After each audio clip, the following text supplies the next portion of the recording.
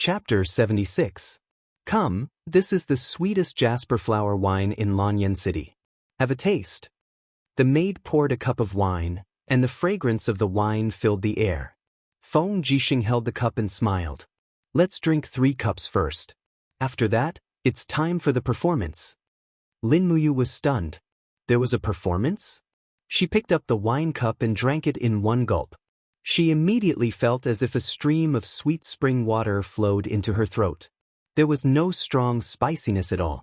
Tang Xiaoxi also drank a cup, then smiled and said, "Then I'll go and prepare." Prepare for what? Lin Muyu was stunned. Tang Xiaoxi held onto his shoulder and stood up. She smiled and said, "You'll know in a while." Thus, Feng Jixing, Lin Muyu, Chu Huayin, Qin Lei, and Chu Yao sat at the table and drank another 2 cups of wine. At this time, a few attendants carried a huge drum and placed it in front of them. Lin Muyu suddenly thought of something and smiled. Is it a big encouragement? Feng Jixing couldn't help but smile. No, it's a long-sleeve dance. Oh! You, look to the right and you'll know, Feng Jixing said. Lin Muyu turned around and saw that Tang Xiaoxi had changed into a new set of clothes. It was still red like fire, but this set of clothes had long, wide sleeves. It was the kind that perfectly outlined Tang Xiaoxi's slender waist and perky butt. As she walked, the long sleeves swayed. There was indeed an indescribable sense of beauty. Releasing her fire fox martial spirit, Tang Xiaoxi leaped onto the surface of the drum. Her body was very light, and with the support of the fire fox, she felt like she was floating in the air. Lin Muyu stared at her in a daze. She couldn't help but say, "A light body that can dance on the palm. This is probably what it feels like, right?" Chu Huayin couldn't help but smile. A light body can dance on the palm? IU is really erudite and multi-talented. This sentence is so beautiful when I think about it. I'm just borrowing it, huh? At this time, Tang Xiaoxi waved her long sleeves and said with a smile, "This is a long-sleeve dance that I just learned not long ago, so I'm not very familiar with it. I don't know if it will work well with Xiao Yin's Song of the Autumn Goose. Xiao Yin, shall we begin?" However, he heard a sweet voice from behind the bead curtain. "Let's begin." In the next moment, a melodious sound of the zither sounded, and Tang Xiaoxi gently danced her graceful figure, like a beautiful fairy floating on the surface of a drum. The sound of the zither was melodious, complementing Tang Xiaoxi's movements, really like a beautiful swan goose flying in the sky. But not long after, the sound of the zither suddenly became intense. Immediately a kind of aura of a powerful army overflowed in the room, and Tang Xiaoxi's dance steps also sped up a little, her slender feet on the surface of the drum, like the sound of a war drum. The sound of the zither stopped abruptly, and the song ended. Tang Xiaoxi was already kneeling on the drum with her knees in a spiral position. She bowed with her hands clasped in front of her, looking magnificent. Lin Muyu, Feng Jixing and the rest were all dumbstruck, while Qin Lei quickly clapped his hands and cheered. His Highness and Princess's zither and dance are simply the best match in the world. Tang Xiaoxi giggled and leapt onto the ground. Soon after, she lifted the bead curtain and said with a smile, "Xiao Yin, quickly come out and eat." Lin Muyu's eyes widened. She also really wanted to know what kind of person could play such a melodious yet soul-stirring zither song. It must be someone outside of this world, right?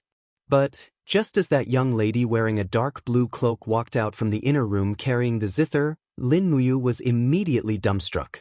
That absolutely beautiful face, where had he seen it before? Qin Yin walked out with the support of Tang Xiaoxi. Putting down the zither, she raised her head and discovered a handsome youth looking at her. In a split second, she was also dumbstruck. "How could it be you? Why, the two of you know each other." Tang Xiaoxi was dumbstruck. Lin Muyu was dumbstruck, and suddenly thought of the 1,000 gold yin coins. She couldn't help but say, "Beauty, you still owe me a diamond coin? I couldn't find you anywhere." Everyone was dumbstruck. No one knew that Lin Muyu and Qin Yin had actually met before. What exactly is going on? Tang Xiaoxi was confused. Qin Yin's little face was flushed red, and she suddenly remembered that she was poisoned by the dragon snake's venom that night. and it was Lin Muyu who detoxified the poison for her. But when he detoxified the poison, he also saw her body, and her face was flushed red for a moment. She stammered, So the person who detoxified the poison for me in the dragon-seeking forest that day was you." Feng Jixing instantly understood everything and couldn't help but laugh out loud. What a coincidence, the affairs of the world are like chess. That night, it was actually you who saved your highness. I should have guessed it. Tang Xiaoxi's beautiful eyes widened. Ah? Xiao Yin, it was really Mu who detoxified the poison for you? Lin Muyu didn't dare to speak anymore. He realized that this Xiao Yin wasn't an ordinary person, so he asked weakly, "May I know who this Miss Xiao Yin is?" Tang Xiaoxi smiled and said word by word, "Her name is Qin Yin, the daughter of the current emperor, the Radiant King, the Empire's Princess Royal." Buzz. Lin Muyu's mind went blank and his face turned green and purple. He was so conflicted that he wanted to die. No wonder I couldn't find her at Tongtian Street 1. Qin Yin smiled faintly, "But I really live at Tongtian Street 1's Zetian Palace. If you can't find me, then don't blame me for not returning you the 1,000 Jin Yin coins." Qin Lei was more simple and honest, but he was still confused. He turned around and asked, What's with this 1,000 Jin Yin coins?" Lin Muyu even wanted to die. Asking the Empire's princess for 1,000 Jin Yin coins to save his life, unless he didn't want to live anymore. He raised his wine cup, smiled shamelessly and said, "It's nothing. Let's drink this cup of wine, and these past events will be written off like passing clouds." Feng Jixing had long guessed the mystery behind this, and he was speechless. You really can do what you say." Lin Muyu was so embarrassed that he wanted to find a hole to hide in. At this time, Qin Yin also saw Lin Muyu's awkwardness, so she stood up and walked leisurely to his table with her wine cup. She slowly knelt down and raised her wine cup with a refreshing smile on her face. "No matter what, you saved my life that night. This cup of wine is my thanks to you." "Thank you." Lin Muyu was at a loss of what to do when the beautiful princess knelt in front of him just a step away. He hurriedly raised his cup and said, "I am an apothecary, and it is my duty to treat and save people. Moreover, it was fate that I met your highness that day. There is no need for your highness to thank me. This actually makes me feel a little ashamed." Qin Yin burst into laughter and said in a peerless manner, "Since General Feng calls you you, then can I also call you you?" "Of course. Please go ahead, your highness." Qin Yin drained the cup of wine in one gulp, and her long, snow-white neck was very attractive. Lin Muyu also raised his cup and drained it in one gulp, a myriad of feelings welling up in his heart. He hadn't thought that he would be so close to the ruler of this world. The Empire's princess was sitting right in front of him, and even the fragrance of Qin Yin's body wriggled into his nose. This feeling was too wonderful. So many people had been dreaming for so many years, and now he had realized it. Tang Xiaoxi tilted her head and looked at the blushing Lin Muyu. She asked with a smile, "Mu, are you nervous?" "Don't worry, Xiao Yin isn't fierce." He agreed softly. At this time, Qin Yin stood up and walked gracefully back to her seat. She said with a smile, "Father had originally wanted me to accompany him in Zetian Hall for the last lunar festival, but I couldn't refuse Xiaoxi's kindness and had no choice but to come. It was a good thing that I saw Xiaoxi's long sleeves dance, and I also saw Lin Muyu who saved my life. I was so happy that I couldn't put into words." At this time, Chu Yao stood up and gave a courteous bow, saying, "Your Highness, today is a coincidence. This little girl, Chu Yao, would like to ask for justice for me and Ayu." Qin Yin was slightly surprised. "Sister Chu Yao, what is it?" Chu Yao recounted the tragedy that had happened in Silver Fir City.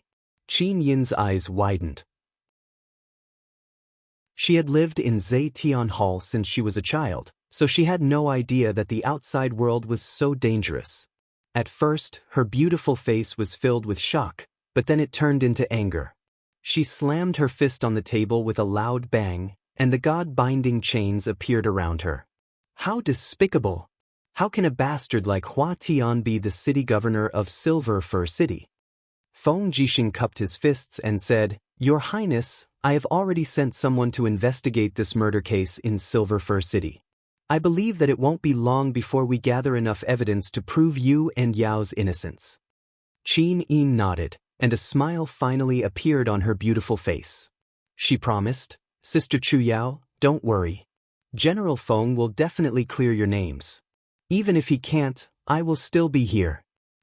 Thank you, Your Highness. Chu Yao nodded with a smile. After 3 rounds of wine, Feng Jixing, Chu Huaying, and Qin Lei were all slightly tipsy. Even the 3 beauties, Qin Yin, Tang Xiaoxi, and Chu Yao, were blushing. They had entered a tipsy state. Feng Jixing cupped his fists and said with a smile, Your Highness, I have something to say, but I don't know if I should say it. Please say it, General Feng. Qin Yin's face was slightly red, and she looked at the grapes on the plate with a smile. Feng Jixing said, Yu is currently a battle saint at level 59, and is about to break through to the heaven realm. He is one of the rare experts in Lanyan City. He is currently a sparring master in the Holy Palace. I would like to recommend you to join the Royal Army and become a member of the Royal Guard. What do you think, Your Highness? The Royal Guard? Qin Yin opened her mouth and wanted to say something, but stopped. After a few seconds, she said with a red face, General Feng, the Royal Army is appointed by my father. I rarely interfere with it. If that's the case, just pretend that I have never mentioned this. Feng Jixing laughed. Lin Muyu said, Is the Royal Guard better than the Holy Palace? Chu Huaying couldn't help but laugh. He looked at this silly boy and said, You, the core security of the entire Zetian Palace is handled by the Royal Guard. Moreover, the Royal Guard has the opportunity to be promoted to the white-robed Royal Guard and become the personal guard of the Emperor and Her Highness. This is a supreme honor. Currently, there are only 6 white-robed Royal Guards in the Empire.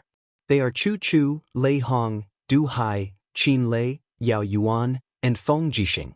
Every one of them is an indomitable character. It would be great if you could join the Royal Guard. Lin Muyu came to a sudden realization. So there were 2 white-robed Imperial Guards present here. Feng Jixing and Qin Lei's status could already stand side by side with Chu Chu and Lei Hong. Chapter 77. Hey, it's so boring to just drink like this. Qin Lei suddenly stood up and cupped his fists. He smiled and said, Why don't we remove the table in the middle and use martial arts to make friends? Brother Feng, we haven't sparred in a long time, right? Sparring here? Feng Jixing was stunned. He smiled and said, I don't think that's a good idea. Today is the Lunar New Year's Eve festival. We have to be friendly. Qin Lei was impatient. We are all martial artists, what's there to be unfriendly about? Xiao Yin, don't you think so? The corner of Qin Yin's mouth curled up, revealing her dimples. She said, Since we're going to compete in martial arts, we can't make a big fuss. I have a suggestion. No one is allowed to summon their martial spirits. Once they do, they'll lose. Also, martial arts is too dangerous. Sword duel? Lin Muyu was stunned. Qin Yin smiled and nodded. Yes, we will only compete in swordsmanship. How about that? Feng Jixing said, That's good. Swordsmanship is the most important of the 6 martial arts. Let's compete in swordsmanship. It won't hurt our friendship. Hee, my swordsmanship is only 3rd rate. I hope that everyone will give in to me. Qin Lei, Feng Jixing, Chu Huaying, and the others were all high-ranking soldiers. Their main weapons were spears, sabers, and other long-handled weapons. However, everyone had a sword. This was a must. The attendants quickly removed the table in the middle, leaving an empty space. Feng Jixing leaped up, and with a keng, he pulled out the shiny long sword at his waist. With a light flick of his wrist, a sword flower appeared, and he said with a smile, Come, who wants to have a taste of this Feng's mediocre sword art? Chu Huaying laughed and walked over. He slowly pulled out his sword and cupped his fists. Brother Feng, let's have a taste. Feng Jixing took the initiative to attack. His long sword was surging with battle energy, and the blade of the sword swept out 3 times in a row. Chu Huaying's swordsmanship was more gentle, and he gently avoided Feng Jixing's attack. Then he counterattacked. Feng Jixing quickly blocked. The two of them passed by each other, and their swords had already collided 7 times. Fortunately, both of them had restrained their dou qi. Otherwise, the sword qi alone would have turned this place into a mess. Chu Yao looked at the two of them fighting and clapped her hands with a smile. "Big brother, you can do it." Feng Jixing's laughter could be heard. "Your brother's swordsmanship is so clumsy, how can he cheer?" Ding! Amidst the sound of the sword, Chu Huang quickly retreated with his long sword. He slid back a few meters on the floor and hit the wall. There was a trace of shock on his face. He raised his head and smiled. "Brother Feng, you fell into your trap again." Feng Jixing's swordsmanship had a soft edge to it, and it was this soft edge that had defeated Chu Huang. "It's my turn." Qin Lei was a martial arts fanatic. He took out his sword every 2 or 3 steps and launched a series of attacks. It was obvious that his swordsmanship cultivation was far above Feng Jixing's, and he was quite methodical. After 3 to 5 rounds, Feng Jixing was already in danger. He hurriedly jumped out of the arena, cupped his fists, and said, "Commander Qin is formidable. I have learned a lot." "Ah, you admit defeat just like that?" Qin Lei was stunned. He looked as if he hadn't fought enough. He said resentfully, "I thought that your swordsmanship had improved, but I didn't expect that you were lazy and didn't learn swordsmanship at all." Feng Jixing laughed. "I specialize in the wind blade technique, not swordsmanship." Qin Lei swept his gaze around, and his gaze descended onto Lin Muyu instead as he said with a smile, You carry a sword on your back. I presume that you're a sword user as well. Come. How about we exchange a few moves?" Lin Muyu was stunned. He had never thought that he would have to fight. He hurriedly shook his head and said, "There's no need. I'm just a sparring master from the Divine Palace, and my cultivation is in the Earth realm. How can I compete with you people in the Heaven realm? You." Qin Lei's eyes widened and he said, "Are you not giving me, Qin Lei, any face?" At the side, Tang Xiaoxi extended her hand and pushed Lin Muyu's arm. She smiled and said, "Mu is an expert. Brother Qin Lei, you have to be careful. If you lose, the entire Imperial army will lose face." Qin Lei's eyes widened. Lin Muyu had already been forced to do something beyond his ability. He could only stand up and step into the arena. He emphasized, "Don't use your martial soul, right? Yes, draw your sword." Lin Muyu stood majestically on the spot. His right hand was placed horizontally in front of his chest. Streams of qi enshrouded him, and the prairie fire sword behind him unsheathed itself with a clang. He raised his hand and grabbed it. Streams of flames appeared on the sword's blade. Good sword, what a handsome sword technique. Qin Lei couldn't help but feel that it was interesting. He had seen many experts in the Imperial sword technique, but none of them had the imposing manner that Lin Muyu in front of him had. Even Qin Yin widened her beautiful eyes and looked at Lin Muyu. She completely didn't think that this shameful fellow who loved money as much as his life would actually have such an extraordinary imposing manner when drawing his sword. "I'm coming!" Qin Lei shouted and rushed out from the sword. Even with a light leap, the sword light was like a roulette spinning and chopping down 4 times in a row. Lin Muyu couldn't retreat. He held the sword hilt with both hands to block. He only felt that his arms were about to be shaken off. After the 4 consecutive shakes, he didn't even have time to react after he finished blocking. Qin Lei roared and raised his battle boots to kick out. "I have to block, or else I'll lose." In the time it took for a spark to fly off a flint, Lin Muyu raised his battle boots and met Qin Lei's kick with a pang. However, it was obvious that the opponent's dou qi was stronger, causing him to continuously retreat a few steps. However, at the moment when he was forced to retreat, a lightning light flew out from his right hand with a pa-pa. The prairie fire sword had already left his hand and was in the air. Whoosh! The purplish-blue lightning light wrapped around the prairie fire sword and blasted straight towards Qin Lei.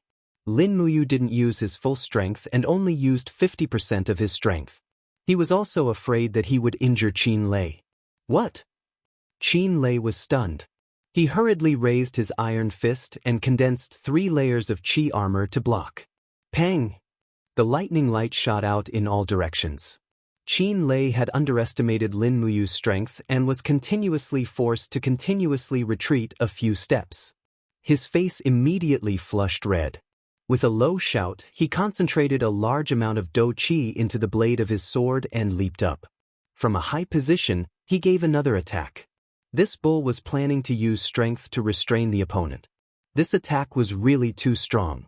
Even the bitingly cold dou qi blew to the point that Lin Muyu almost couldn't open his eyes. Opening his palm, a light breeze was silently generated. It was precisely the prelude to the prairie fire sword. Ha! When Lin Muyu raised his palm, the prairie fire sword, as if it had a mind of its own, followed along and welcomed the attack, sweeping up a bitterly cold storm in a small area. The weapon in Qin Lei's hand was only made of ordinary iron and couldn't be compared to the prairie fire sword, which was a 5th-tier mystic rank sword. Adding on the power of the sword's soul, with a sharp whistling sound, the gale break collided with Qin Lei's attack storm. Pang! Another loud sound, the energy exploded. Qin Yin, Feng Jixing, Tang Xiaoxi, Chu Yao and the rest were all stunned. Qin Lei's face was full of shock. He had never thought that this little brat's prairie fire sword technique would be so strong. It wasn't like the weak and powerless attacks of those sword users he had met in the past. Lin Muyu's fighting spirit was even higher. He really wanted to see the power of the quadruple elemental sword technique, and Qin Lei, this level 72 Heavenly King stage powerhouse, was practically a rare touchstone. Wang! The blade whistled and spun. Lin Muyu's palms spread out horizontally. Raging flames sustained the prairie fire sword. However, this attack he didn't use the true dragon essence fire, only using ordinary fire. The long sword whistled, spiraling flames encircling it. Like a sharp arrow, it shot towards Qin Lei. Qin Lei was startled. He already felt that he couldn't block this attack. Ha! His battle boots stomped on the ground. In the midst of the shocking sound, golden chains rose in the surroundings. It was his God-binding chain's martial spirit. Brother Qin Lei. Qin Yin suddenly stood up. His eyes were full of anxiety. The God-binding chains was known as the first-grade martial spirit with the most destructive power in the world. This wasn't a joke. The slightest mistake could cause Qin Lei's opponent to lose his life. Lin Muyu had saved his life before. To let him die in front of him was something Qin Yin couldn't do. The flames exploded. The spiraling flames of the prairie fire sword collided with the God-binding chains. Qin Lei retreated a few steps. His chi and blood surged, and his fighting spirit surged. He didn't care about Qin Yin's scolding anymore. With a wave of his long sword, the God-binding chains encircled the long sword and struck towards Lin Muyu. Standing firmly on both feet, the overwhelming true qi surged. Lin Muyu summoned the dragon scale wall and the black tortoise shell at the fastest speed. At the same time, he used the prairie fire sword to control the prairie fire which bounced back. The true dragon essence fire quickly encircled the blade. Since the true dragon essence fire could easily injure people, then it should be safer to use it for defense? A loud sound, as if the entire 7th floor of the Tingling Rain building was about to be overturned. Lin Muyu knelt on one knee on the ground, panting heavily. The dragon scale wall and the black tortoise shell had already been shattered. The prairie fire was propped up on the floor. If it wasn't for the protection of the true dragon essence fire, perhaps she would have already been killed.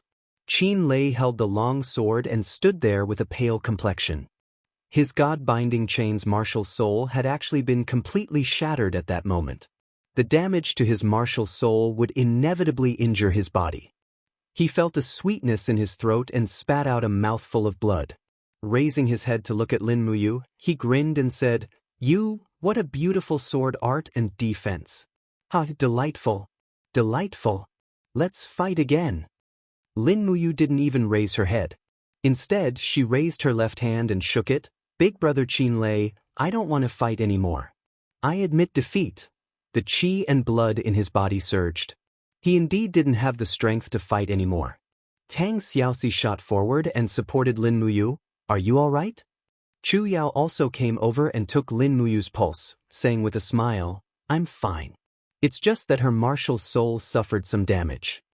Qin Yin, on the other hand, looked at Qin Lei with a trace of reproach and said, Big brother Qin Lei, you're too rash.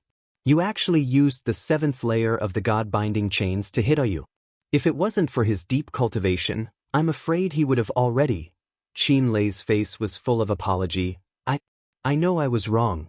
Xiao Yin, don't be angry, it's fine. Sit down and heal your internal injuries. Feng Jixing raised his wine cup and said with a smile, where did your imperial sword technique come from? A mysterious old man, oh? Feng Jixing knew that he didn't want to talk about it, so he said with a smile, since you has such a good sword technique, it would be a pity if he didn't participate in the Sword Duel Conference that's held once every 3 years. Sword Duel Conference? Yes, the Sword Duel Conference that's held once every 3 years. The person who wins first place can become a member of the Imperial Guards and receive the honor of meeting His Majesty. As he spoke, Feng Jixing patted his chest and said with a smile, I'm not talented, but I was the champion of the Sword Duel Conference 3 years ago. I think I also had the title of Tiger of Tongtian Street back then. Tiger of Tongtian Street? Chu Huayin laughed and said, it means that he carried a broken knife from the east side of Tongtian Street to the west side. He fought with a bunch of hooligans all day and was unbeatable. So, the world is unfair. This kind of person can actually become a commander of the Imperial Guards. Feng Jixing glared at him and said, You're so ugly, don't talk. Chu Huayin was speechless. Chapter 78. Qin Lei led more than 30 Imperial Guards to escort Qin Yin and Tang Xiaoxi back to the mansion. Feng Jixing was drunk, carrying his precious sword and leading his own warhorse. He turned over and leaned on the horse's back. He turned around to look at Lin Muyu and asked with a smile, You drank so much, can you still ride a horse? Lin Muyu grabbed the reins and clamped the helmet under her armpit. She said with a smile, I can. Brother Feng should be more worried about whether you can ride a horseback or not. Feng Jixing couldn't help but laugh. This is not a problem. Lanyan City is my, Feng Jixing's, home. It doesn't matter if I get lost at home. Even if I am drunk, my brothers will find me and carry me back. Qin Lei burped. He was still carrying the wine jar in his hand and said, Imperial Guards, get on the horse. The lantern light outside Tingyu building was extremely dim. Lin Muyu couldn't see the faces of Qin Yin and Tang Xiaoxi clearly. She only saw the 2 beautiful girls get on their respective horses. She asked, Your Highness, Xiaoxi, do you want me to send you back first and then I will go back to the Holy Temple? Brother Qin Lei drank too much. Qin Yin smiled with her dimples under the dim starlight. You also drank too much. Go back and rest early. Don't worry, Lanyan City is the imperial capital. There are dozens of Imperial Guards with extraordinary strength behind me. No one can do anything to me. I will also protect Xiaoxi. You should go back to the Holy Temple early. It is very late. Be careful of the wolves in the dark. Lin Muyu knew that what Qin Yi knew was a person like Zhen Fong who couldn't wait to tear her into pieces. She spurred the horse and said with a smile, Then we will meet again if fate allows it. Tang Xiaoxi's eyes were hazy from the alcohol. She smiled and said, Goodbye, Mu. Qin Yin looked at Lin Muyu's receding figure and suddenly thought of something. She said loudly, You, remember to participate in the sword duel tournament. If you can enter the finals, Father and I will attend your celebration feast. The night was cold, and she didn't know if he heard it. A royal guard held onto the reins of Qin Yin's mount and said, Your Highness, shall we return to Zetian Palace? That person has gone far away. Qin Yin looked into the distance with her starry eyes. She blinked and said with a smile, Let's send Xiaoxi back to the Duke of Seven Seas' residence first. Then, we'll return to Zetian Palace. Let's go. Lin Muyu and Chu Huayin sent Chu Yao back to the spiritual medicine department. Then, they turned and went straight to the Holy Palace. When the 2 guards in the Holy Palace saw his attire, They immediately saluted him with a solemn expression. Lord Linji, you're back? Lin Muyu nodded in acknowledgement and spurred her horse into the holy palace. After walking through the long corridor, just as they were about to go to the stables, a figure suddenly ran over. With the light from the torches, they could see the beard on his face. It was Zhang Wei. Lord Zhang Wei, what's the matter? Lin Muyu asked. Zhang Wei looked at the guards around them and said in a low voice, Lord Lin Ji, there's something I have to tell you. But this isn't the place to talk. Come with me. Lin Muyu got off the horse and walked into the training hall with Zhang Wei. Then she asked, Can you tell me now? What's the matter? Zhang Wei gritted his teeth and said, Brother, do you still remember Little Beansprout? Yes, of course I remember. Little Beansprout died tragically under Ouyang Qiu's sword. I'll remember it for the rest of my life. Little Beansprout's death was only exchanged for 500 Jin coins. However, the 500 Jin coins still didn't reach his parents. What? Lin Muyu's body trembled. She widened her eyes and looked at Zhang Wei. What exactly happened? Zhang Wei took a deep breath and said angrily, Little Beansprout's hometown is the Luoxiao village, outside of Yanlan City.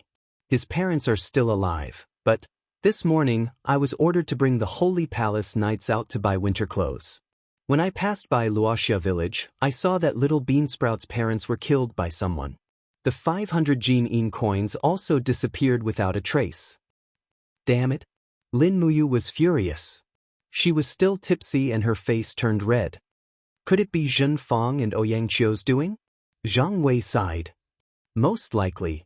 The two of us have already offended the divine marquis residents. It's expected that Zhen Fang would kill Little Beansprout's parents to vent his anger. It's all my fault for being careless. Otherwise, the two of them could have escaped this calamity. No, it's my fault. Lin Muyu clenched her fists in pain. Zhang Wei looked at her deeply. Sir Lin Ji, Little Beansprout's parents shouldn't have been killed so unjustly, right? Even if we can't avenge Little Beansprout, we should at least avenge his parents. Lin Muyu nodded lightly. Who is the person in charge of this case? The Fire Sparrow Division. Zhang Wei said blandly. The Fire Sparrow Division is responsible for all murder cases in Lanyan City. However, the Fire Sparrow Division is part of the Ministry of Justice, and the Minister of Justice is a frequent visitor of the Divine Marquis residence. Once the Divine Marquis residence exerts pressure, the Fire Sparrow Division will not be able to find anything. Furthermore, I've already received news that the Fire Sparrow Division has confirmed that Little Beansprout's parents were killed by bandits. The 500 Jin coins were the cause of their deaths. As he spoke, Zhang Wei punched the wall heavily. They died from a sword piercing through their throats. Half of their throats were shattered by the sword qi. There are only a handful of people in Lanyan City who have such sword skills. If it wasn't Ouyang Qiu, who else could it be? Lin Muyu nodded. I understand. Let's go see Deacon Lei Hong. Okay. The two of them led their horses straight to Lei Hong's residence. After knocking on the door a few times, Lei Hong floated out with a faint smile. You, Zhang Wei, you, Sai, you shouldn't meddle in things that you shouldn't. There are so many injustices in this world, can you handle them all? Clearly, Reiham was very clear about Little Beansprout's matter. He knew the ins and outs of this matter better than anyone else. Lin Muyu cupped her fists and said, Grandpa Lei Hong, the temple is the temple of the Empire's martial artists. If even the temple can tolerate those madmen who kill the innocent, then what is the temple? Can it still be considered the martial spirit of the Empire's cultivators? Aren't we cultivating martial arts to defend the Empire and fight for the weak? Lei Hong was taken aback. These words, no one dares to say to me like this. Lin Muyu's eyes were filled with pride. Grandpa Lei Hong, you are the deacon of the Divine Temple. You have to shoulder this burden even if you don't want to. Otherwise, you are not fit to be the deacon. Lei Hong's eyes widened. After a while, he shook his head helplessly. You stinking brat, I really don't know what to do with you. How could that old fellow Chu Chu accept such a stubborn disciple like you? Fine, Fine, I still have to give face to Choo Choo. Go get the horses and follow me to the Fire Sparrow Division. Thank you, Grandpa Lei Hong. Zhang Wei was also overjoyed. He cupped his fists and said, Thank you, Deacon. The Empire's Fire Sparrow Division was located on the right side of the Ministry of Justice. The entire building was connected together, and the main hall of the Fire Sparrow Division was like a fire sparrow soaring through the 9 heavens. It had an awe-inspiring and lifelike appearance. Outside the main hall, 8 guards stood guard with swords in their hands. The torches at the side flickered and flickered. The sound of hooves grew louder as Lei Hong, Lin Muyu, and Zhang Wei stopped their horses in front of the main hall. "For you," the guard shouted. Rei Hum slowly lifted his cloak, revealing his aged face. "So it's the temple's deacon." The group of guards knelt down. Lei Hong was not only the deacon, he was also one of the 6 white-robed royal guards of the empire. He had the right to have an audience with the emperor. Such an important person was not someone the guards could afford to offend. "May I know why the deacon is visiting the Fire Sparrow Division so late at night?" "I want to see the Fire Sparrow Division's head Master Zhenggu." "Master Zhenggu is already asleep. Please pass the message to him." Not long after, the guard returned and said, "Deacon, please come in." "Thank you." The guards led the group into the main hall of the Flamecracks Division. The attendants lit up the lanterns, illuminating the hall. A man dressed in the uniform of a civil official flew up to greet them, knelt on the ground and said, "Subordinate Zhenggu greets Deacon Lei Hong."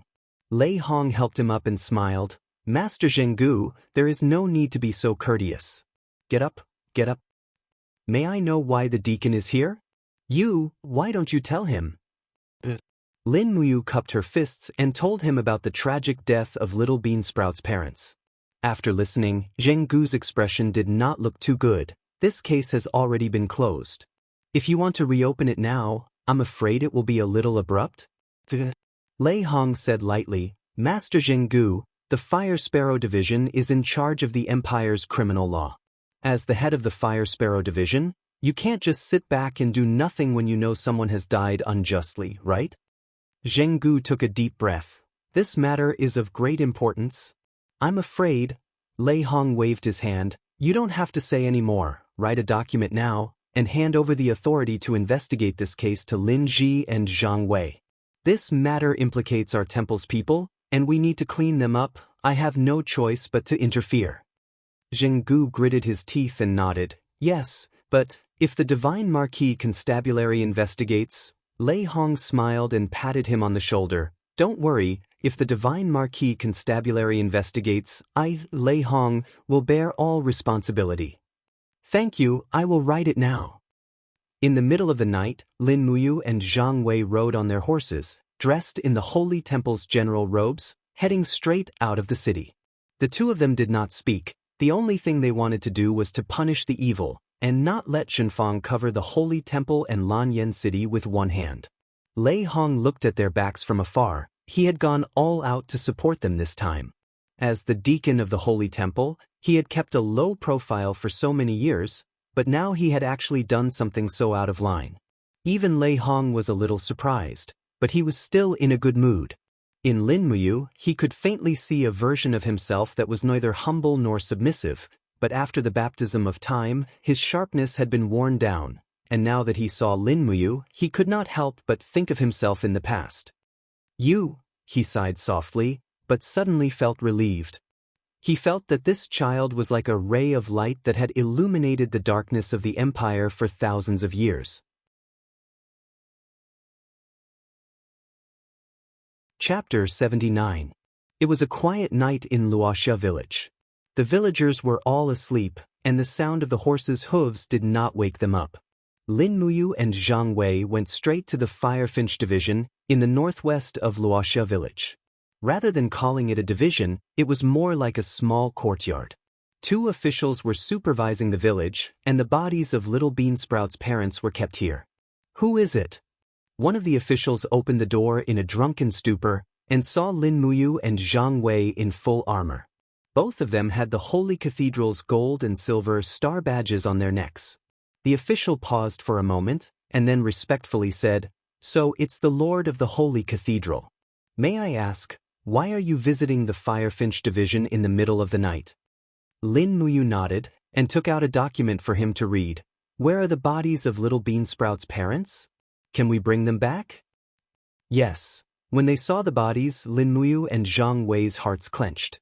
The two elders' heads were crooked to one side, and there was a shocking hole in their necks. Their bones and flesh had all been crushed, so their heads could no longer be connected to their bodies. This is indeed Xianxia's method of killing.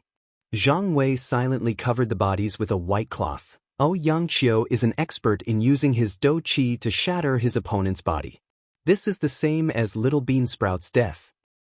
"We have the material evidence, we're just missing a witness." Lin Muyu said lightly, "We need to find a witness to prove that Xianxia killed the two elders, otherwise we won't be able to convict him. Let's wait until tomorrow morning and go through the villagers one by one?" The next morning, they went through the villagers one by one, and finally found a mute girl. She was acting crazily, and when she saw Lin Muyu and Xianxia, she screamed as if she had seen a ghost. Lin Muyu hurried forward and pressed her shoulder, saying, "Miss, don't be afraid, we're not bad people, don't be afraid." The mute lady stared at the golden star of the temple on Lin Muyu's neck, and shook her head in horror, screaming out loud.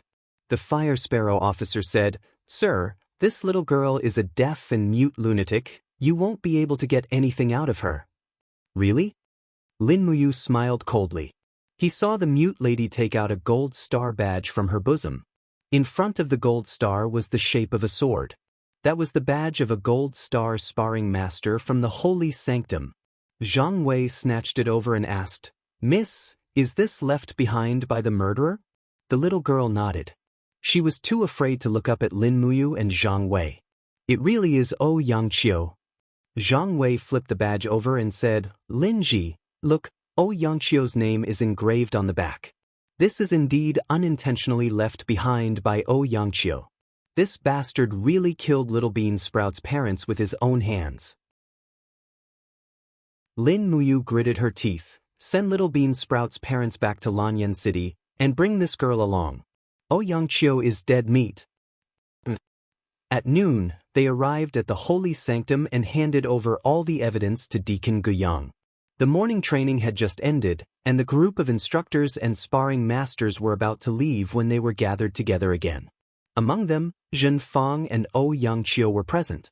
Lei Hong looked at them coldly and said, "Instructors who killed sparring masters by mistake do not have to pay with their lives, but if they intentionally killed multiple people, shouldn't they be punished according to the law?" "Great Deacon, what do you mean by this?" Zhen Fang asked. Lei Hong's voice was not angry, but it was imposing. Xianxia, kneel." Xianxia was startled and immediately knelt down, saying, "Great Deacon, what have I done wrong?"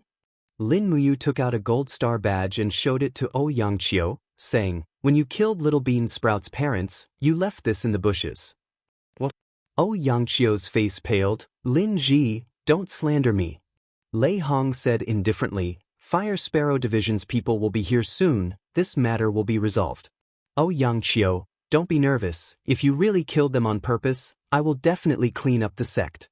With the power of the holy sanctum, even if you didn't kill them, I will not accuse you." "Lin Ji, you bastard, you just want to kill me, don't you?" Xianxia's eyes were filled with anger. Lin Muyu did not speak, only looking at him coldly. Zhen Fang stared coldly at Lin Muyu and Zhang Wei, and couldn't help but sneer. "Lin Ji, Lord Zhang Wei, you guys are so impressive, you even dared to snatch Fire Sparrow C's job. Our divine temple is indeed full of heroes. In order to kill one of our own, you guys are willing to resort to such underhanded means. Xianxia is from the Divine Marquis Constabulary, I want to see what Fire Sparrow C can do to him." Lei Hong said coldly, "Little Marquis, always leave some leeway, don't push things too far." Zhen Fang raised his eyebrows. "Lei Hong, don't think that I'm afraid of you just because you're white-robed Imperial Forest. If you dare touch Xianxia, go ahead and try, I will make you suffer." "Is that so? Then let's wait and see." Lei Hong smiled lightly. Not long after, Fire Sparrow Division sent more than 10 people, including Zheng Gu himself. In a short span of 10 minutes, all the evidence and witnesses were present. Zheng Gu said lightly, "According to the law, Xianxia should be executed immediately." Xianxia's body trembled. He quickly turned to Zhen Fang. "Little Marquis, save me." Zhen Fang stepped forward, took out a golden token and said, "Wait, Xianxia is from the Divine Marquis Palace. He is a noble. I will use the Divine Marquis Palace's golden token to protect his life. No one can kill Xianxia." Zheng Gu was stunned. He looked at Lei Hong awkwardly. Lei Hong stroked his beard and smiled. "The Divine Marquis Palace's golden token will protect his life. There is no problem. But the Holy Sanctum also has its own rules. Xianxia killed someone. He should accept the challenge trial." "Little Marquis, what do you think?" "I will be the witness." "Trial?" Zhen Fang was stunned. The so-called challenge trial was a type of duel, a battle to determine life and death. After a noble killed someone, the relatives and friends of the victim could challenge the killer once, and they would not be held accountable. This was an unwritten rule, and it was very popular in the Qin Empire where martial arts were the norm. Xianxia seemed to see hope. He laughed coldly. "Little Beansprout is already dead. Who can challenge him on his behalf?" In the entire Holy Sanctum, Xianxia's swordsmanship cultivation could be counted on one hand. There were not many people who could defeat him in a one-on-one fight, and Little Beansprout was a copper star sparring master. He only had a few close friends, and none of them were a match for Xianxia. At this time, Lin Muyu slowly took a step forward and said, "If there is really a challenge, then let me challenge Lord Xianxia. Little Beansprout is my friend, and today, I will reclaim the dignity of the Holy Sanctum's sparring masters." "Lin Ji." Xianxia couldn't help but sneer. "You're just a third-tier Earth Realm sparring partner. You've made a name for yourself in the Holy Palace. Do you really think you can defeat me?" Lin Muyu smiled calmly. "We will know after the battle." Xianxia's eyes revealed a trace of coldness. "If you lose, I will not hesitate to tear your heart into pieces, dig it out, and feed it to the dogs. I, Xianxia, am a man of my words." Lin Muyu smiled faintly. "I will also kill you as a sacrifice to Little Beansprout's parents, or else I am not worthy of being his friend." Lei Hong smiled faintly. 10 minutes later, the duel will take place in the main hall. Lord Jinggu and I will be the witnesses." Jinggu nodded happily. "I am willing to listen to your orders." "Lin Ji, you are crazy." Qin Xiling gritted his teeth and said in a low voice, "Xianxia's imperial sword technique has already reached perfection. Although your defense is strong, you are definitely not his match. Also, Xianxia really wants to kill this time. If you lose, he will kill you. The rules of the trial state that no one can interfere, even if the head deacon wants to save you." "Don't worry, Xiling." Lin Muyu patted his shoulder, smiled and said, "If I am not confident, I will not challenge him." "Yes, I hope you can avenge Little Beansprout." The surrounding sparring masters were indignant after knowing the truth. Little Beansprout's situation was exactly the same as theirs. The strong preying on the weak made them feel fear. One after another, they all cheered for Lin Muyu. "Lin Ji, do your best to defeat him. Kill Xianxia, this scum of the instructors. Lin Ji, fight for the honor of us sparring partners. Don't lose, Lin Ji." Unknowingly, it seemed that Lin Muyu had already become the hope and soul of the temple's sparring masters. Lei Hong watched from the side and was secretly gratified. Temple needed this kind of hope. If the instructors and sparring masters were always one-sided, then Temple would never prosper.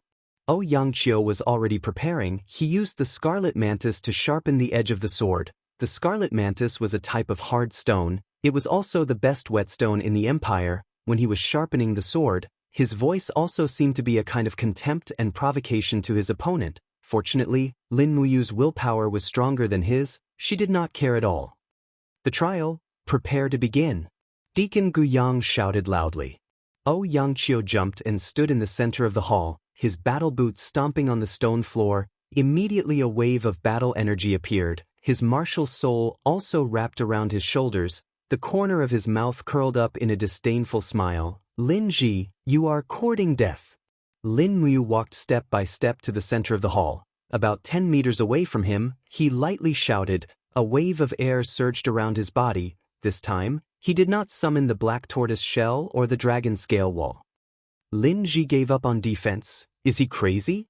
One of the instructors said in shock. Zhang Wei frowned. Courting death. Xianxia let out a roar. His entire body was covered with battle energy. He opened his palms and used his qi to control the sword, charging toward Lin Muyu. Before he even got close to her, he had already condensed the energy of dozens of blades made of battle energy and attacked. Lin Muyu saw the opportunity. She raised her left palm, and the wind element that she had been accumulating for a long time burst out. This was the energy of the wind sword, the wind sword. Even though this energy was not enough to destroy Xianxia's attack, it could greatly delay the time of his attack. She opened her right palm, and purple lightnings suddenly flickered. The burning prairie sword was unsheathed by itself, and under the guidance of the lightning, it shot toward Xianxia at lightning speed. The speed was so fast that it left everyone in the hall dumbfounded. No one had ever seen an attack with such speed and momentum. Wild thunder wave. Lightning circled around the burning prairie sword, carrying with it an unstoppable force. This was the attack that Lin Muyu had given up on defense, and she had converted all of her strength into an attack. The burning prairie sword directly pierced through Xianxia's qi armor, and in the next moment, lightning began to wreak havoc.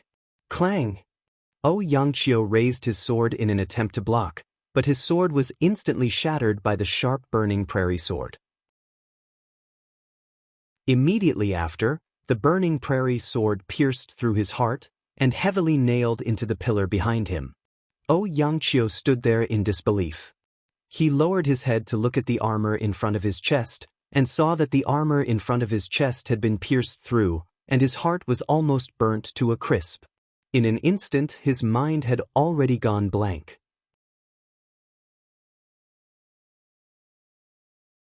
Chapter 80. Peng! A speck of dust flew up, and Xianxia's heavy armor fell heavily to the ground. His eyes were blank, and his breathing had stopped at this moment. The hall was dead silent, and everyone stood there with their mouths agape. Even the sound of a needle falling to the ground could be heard. Including Lei Hong, no one could have guessed this result. The Gold Star instructor, Xianxia, was killed by Lin Muyu in a single move. How? How is this possible? Guyang rubbed his eyes and said, Xianxia? He was the #1 swordsman of the sacred sanctum. How could he be killed by Lin Ji in a single move? Zhen Fang's eyes widened, and his body trembled. He did not dare to believe the truth in front of him, but Xianxia was still lying there, and his defeat was a fact. In fact, the biggest reason why Xianxia was defeated in a single move was because he had underestimated Lin Muyu. He did not expect Lin Muyu to also have grasped the Imperial Sword technique, and he did not expect that the kid's Imperial Sword technique would be so fast. Sha sha. Zhang Wei strode forward with steady steps and pulled out the dagger from his waist. He knelt down on one knee in front of Xianxia's corpse and grabbed his hair. Then he used the dagger to slowly slice his neck. Zhang Wei, what are you doing? Zhen Fang shouted angrily. Zhang Wei did not stop, and in a few seconds, he had already cut off Xianxia's head. He held it in his hand and laughed. He was just a sinner who died because of a trial, and I want to use his head to pay homage to Little Bean Sprout and his parents. But don't you think this is what you should do? Zhen Fang's face contorted, and his face was full of anger. Zhang Wei, you really have the guts to eat a bear's heart and a leopard's heart. Zhang Wei was originally full of guts, and he smiled slightly. I only did what I had to do. Lord Lin Ji, you won beautifully. Lin Ji stood there silently. He hadn't killed anyone for a long time, but he couldn't suppress his killing intent at that moment. If he didn't kill Xianxia today, he would be letting down his true self. Lei Hong, who was standing at the side, smiled faintly and raised his voice. There is no need to quarrel. The verdict is out. Lin Ji is the winner. Xianxia is a Gold Star instructor of the Holy Sanctum, yet he intentionally killed someone. His death cannot wipe out his crimes. Today, Xianxia will be stripped of all his titles and salary, he will be removed from the holy sanctum. We should all take him as a warning, not to kill the innocent, not to be cruel and ruthless. The group of instructors and sparring partners cupped their fists. Yes, Grand Deacon. Raham smiled and said, Men, bury Xianxia's body with the etiquette of a commoner. Everyone is dismissed. After lunch, afternoon training will continue as usual. Linji, you stay behind. Yes. The group dispersed, only Lin Muyu remained in the hall, asking, Grandpa Raham, what's the matter? Raham sighed. Even though you are talented, you are too reckless. Your actions today have completely offended the Divine Marquis residence. I'm afraid that your future days will not be good. The Divine Marquis residence has many claws and teeth in Lanyan City. I'm afraid that if you continue like this, you will definitely suffer at their hands. How about this? Raham thought for a moment, then said, From today onwards, you will continue to train in the secret chamber. Other than the daily sparring partners, do not take a single step out of the holy sanctum. I will strengthen the security of the holy sanctum. At least we will not allow anyone to easily sneak into the holy sanctum. Lin Muyu knew that this was Raham's way of protecting her, and that she really didn't know the depth of the Divine Marquis residence, so she cupped her fists and said, Yes, I will follow Grandpa Raham's arrangements. And that's good. Raham was slightly gratified, even though this kid's actions were always unexpected, but to be able to listen to his advice was already not bad. That night, in the brightly lit Divine Marquis residence. Bang! The teacup on the table bounced a few times, spilling tea all over the table, and the aroma of tea wafted through the air. Zheng Yifan, the Divine Marquis of the Empire, was known as the God of War, but the current Zheng Yifan no longer had the elegance of his youth. His thin face was covered with the traces of time, only the light in his eyes remained the same. He clenched his fists and said in a low voice, This is simply ridiculous. Killing people in the holy sanctum is one thing, but they actually dared to kill people in Luoxia village. Xianxia deserved his death. Zheng Fang had not seen his father so angry for many years. He knelt on the ground, trembling, and said, Father, but Xianxia was a guest of the Divine Marquis residence. No matter what, we can't let him die like this. What else can we do? Zheng Yifan's deep gaze fell on Zheng Fang. There was a hint of coldness in his eyes. You disappoint me. Why did I send you into the holy sanctum? It was because I hoped that you would be able to cultivate peerless martial arts and extraordinary loyalty, but you only learned some lowly tricks in the holy sanctum. Don't say any more, otherwise I'll send you to the ascetic tower for 3 years. Zheng Fang's face was ashen. He was so scared that he could not speak. At this moment, a beautiful young girl carrying a tea tray slowly walked forward. She was dressed in clothes whiter than snow and had a face as beautiful as jade. She put down the tray and massaged Zheng Yifan's shoulders. She smiled and said, Father, don't be angry at little brother. He's just young and impetuous. If you really lock him up in the ascetic pagoda, I'm afraid he'll become an ignorant piece of trash when he comes out in 3 years. The anger on Zheng Yifan's face subsided a little. He said, Xianxia, you spoil your younger brother too much. Look at him. Where does he look like the young master of the Divine Marquis residence? He only knows how to befriend useless people all day long. This girl was Zheng Yifan's daughter, Xiang, Zheng Fang's older sister. Zheng Xiang smiled and said, Father, let's forget about this matter. Xianxia was the one who killed first. It was indeed his fault, and he died during the trial challenge. It has nothing to do with anyone else. Zheng Yifan nodded. Yes, I know, Xiang. Go and rest first. I'll think about it carefully. Yes, sir. Zheng Xiang turned and left. After sensing that Zheng Xiang had gone far away, Zheng Yifan's eyes lit up. He said, That brat named Lin Muyu killed Xianxia. This is no different from provoking the Divine Marquis residence. Lei Hong was so protective of Lin Muyu. Isn't he looking down on the Divine Marquis residence? Since that old thing Lei Hong is not afraid of the Divine Marquis residence, then don't blame me for being rude. As he spoke, Zheng Yifan took a deep breath. After breathing in and out True Yuan, he smiled faintly. Elder Song, I'm afraid you'll need to personally come out this time. Divine Marquis, I'll do my best. An ethereal voice came from the sky. Zheng Fang hurriedly looked up and smiled in surprise. Grandpa Zhang is in the capital? Aren't you going to welcome him? Zheng Yifan smiled. Zheng Fang hurriedly turned around to open the door, only to see a sage-like old man under the moonlight, holding an iron staff in his hand, the corners of his mouth curled up with a doting smile. You've grown up so much. Grandpa Zhang, why are you here in Lanyan City? Didn't I want to see you in Xianxia? The old man stepped into the hall, and an invisible force of the sanctuary rippled with every step he took. Zheng Yifan smiled. Congratulations, Elder Zhang, you finally entered the sanctuary. The old man looked up with a smile. Greetings, divine Marquis. No need to be so polite. Take a seat. Yes. Zhang Baihe, one of the few experts in the empire, was once a guest of the divine Marquis residence. He followed Zheng Yifan to conquer the north and the south, but he went into hiding when the Radiant King was rewarding the officials.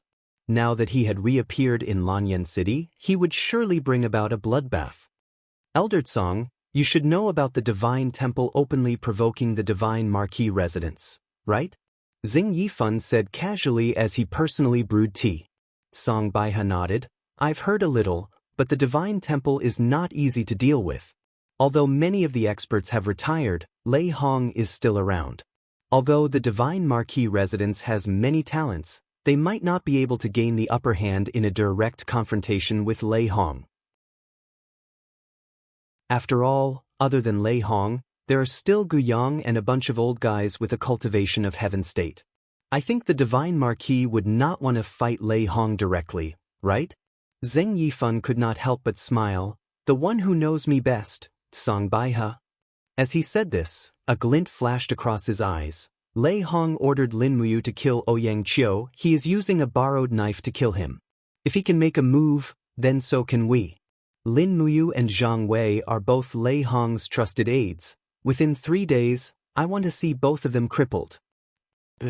Zhang Baihe smiled, his eyes flashing with killing intent. 2 days passed in the blink of an eye. Lin Muyu had been staying in the divine temple to cultivate. She had become more proficient in the 4 elemental sword kinesis, and at the same time, she was also cultivating the forging dragon bone remnant scroll.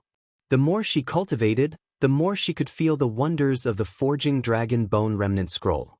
Every 2 days, Lin Muyu could circulate the mental cultivation method of the forging dragon bone remnant scroll 72 times, after which she could feel the increase in her strength.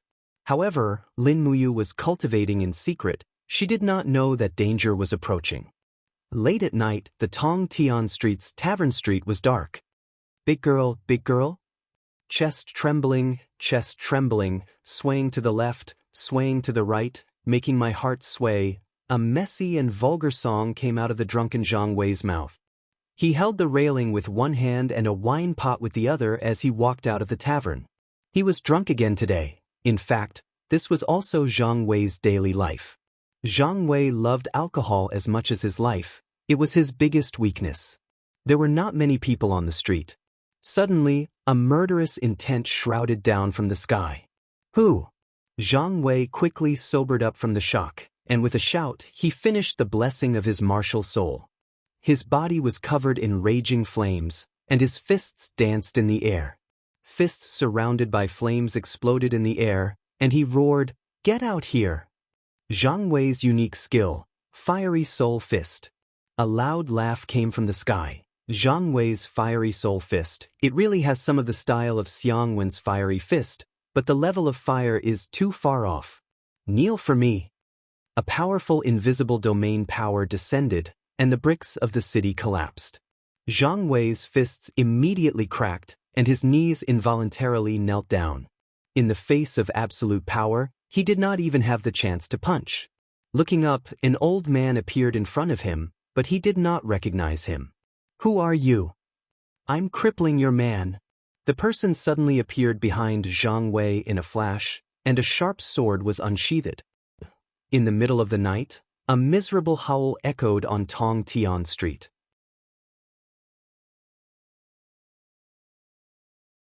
Chapter 81. Lord Lin Ji, wake up. A servant's voice came from outside the room. Lin Muyu woke up from his sleep, his aura swirling around him as he asked, "What's wrong?"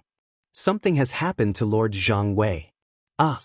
After a shudder, Lin Muyu was no longer sleepy. He grabbed his clothes and rushed out of the room. Not far away, a cluster of torches flickered in the direction of the training hall. When he got closer, he saw Zhang Wei's bloodied body lying on a long stone at the side of the training hall. Lei Hong, Gu Yang, and the other deacons of the Holy Temple were already there. What happened to Zhang Wei? Lin Muyu rushed forward and shook Zhang Wei's arm. He didn't move and checked if he was still breathing. He couldn't help but look up. "What happened, Grandpa Lei Hong?" Lei Hong's face was ashen as he said, "Zhang Wei was attacked on Tongtian Street. You, look at the wound on Zhang Wei's back and you'll know." Two Iron Star instructors walked forward and lifted Zhang Wei's body, only to see that both sides of his spine had been completely minced by the sword qi. It was a bloody mess. Lin Muyu couldn't bear to look at it and turned his head. "Who could be so cruel?" Gu Yang said with a trembling voice. The most cruel thing is not to kill, but to turn people into cripples. The dragon tendons on both sides of Zhang Wei's spine have been destroyed." "Dragon tendons?" He was stunned. Lei Hong said coldly, "The dragon tendons are the two sides of the spine to exert force, just like the string of a longbow. Once the dragon tendons are destroyed, the cultivator's qi and qi will not be able to circulate throughout the body. This person didn't kill Zhang Wei, but turned him into a cripple who can no longer practice martial arts." "What?" Lin Muyu's eyes widened. "Who is it?" "What do you think?" Reiham said calmly, "No matter what, Zhang Wei is an expert who is about to step into the heavenly realm. The person who can subdue Zhang Wei with one move is probably at least in the Saint Domain. After the Winter Ridge Rebellion hundreds of years ago, there were only a handful of Saint Domain experts in the Empire. I can more or less guess who it is," Gu Yang said from the side. "For now, the most important thing to do is to think of a way to save Zhang Wei. He is our Silver Star instructor and is about to be promoted to Gold Star instructor. Once he becomes a cripple, his life will be over. Call the people from the Spiritual Medicine Department over immediately." Not long after, a group of white-robed medical officers from the Spirit Medicine Department entered the temple. They quickly stopped the bleeding and treated Zhang Xian's injuries. However, their progress did not seem to be very smooth. When the sun rose, the attendant of the Spirit Medicine Department looked at Reiham apologetically and said, "Lord Reiham, Zhang Wei's injuries are too severe. His dragon tendons have been completely shattered and cannot be healed. He can no longer practice martial arts." Reiham had already guessed that this would be the result. He sighed and smiled. "Thank you all. It wasn't easy to save his life." The attendant of the Spirit Medicine Department bowed and left. At this time, Zhang Wei woke up. He lay motionless on the bed, but his fierce eyes were fixed on Reiham. "Chief Attendant, Zhang Wei." Reiham's body trembled. "It's okay. You will be healed." Zhang Wei was surprisingly calm, but there was a trace of despair in his eyes. "Chief Attendant, you don't have to comfort me. I know I'm crippled. My dragon tendons have been severed. Even the gods can't save me." As he spoke, Zhang Wei looked at Lin Muyu and smiled. Lin Muyu walked forward and held onto the bed. "Don't talk. Rest well." Zhang Wei smiled. "I just want to remind you that there are two people who have offended the Divine Marquis residents. One is me, and I have already been avenged. The other is you. Lin Ji, don't underestimate your enemy. The person who ambushed me is very strong. I'm afraid his strength is comparable to Chief Attendant's. You must be careful. I, Zhang Wei, have a worthless life." Lin Muyu's voice was calm and determined. "I can heal you. You don't joke around," Reiham said. "The dragon tendons are the foundation of a cultivator. Once they are severed, even the gods can't save you. Moreover, Zhang Wei's dragon tendons were not severed, but crushed. No, Grandpa Reiham, you must believe me." Lin Muyu's eyes were very clear. "Zhang Wei, you must believe me too. Don't give up. I will definitely heal your dragon tendons and restore them to their original state." Zhang Wei did not know what he was thinking. He nodded and smiled. Then I'll have to trouble Master Lin Ji. Outside the door, Hum said with some reproach. Even if you want to comfort Zhang Wei, you don't have to lie, right? No, I'm serious. Hum turned around, his eyes filled with suspicion. How can you heal Zhang Wei's injuries? Grandpa Hum, have you heard of a medicine called tendon replenishing powder?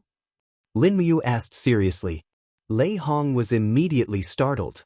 Gu Yang, who was standing to the side, stroked his beard and said, I've heard of a book in the Zhe Tian Hall's library. There's a level 10 medicine called the muscle replenishing powder that can regenerate muscles and bones, but this is only a legend. There hasn't been an alchemy god on this continent for hundreds of years, so who would have the ability to refine the muscle replenishing powder? Lin Muyu did not say much. Then give me some time. Yes. Hum nodded. I'll allow you half a month's leave. Is that okay?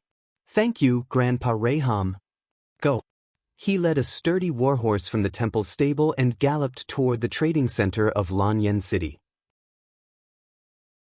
At the same time, he tried his best to recall the recipe for the tendon replenishing powder.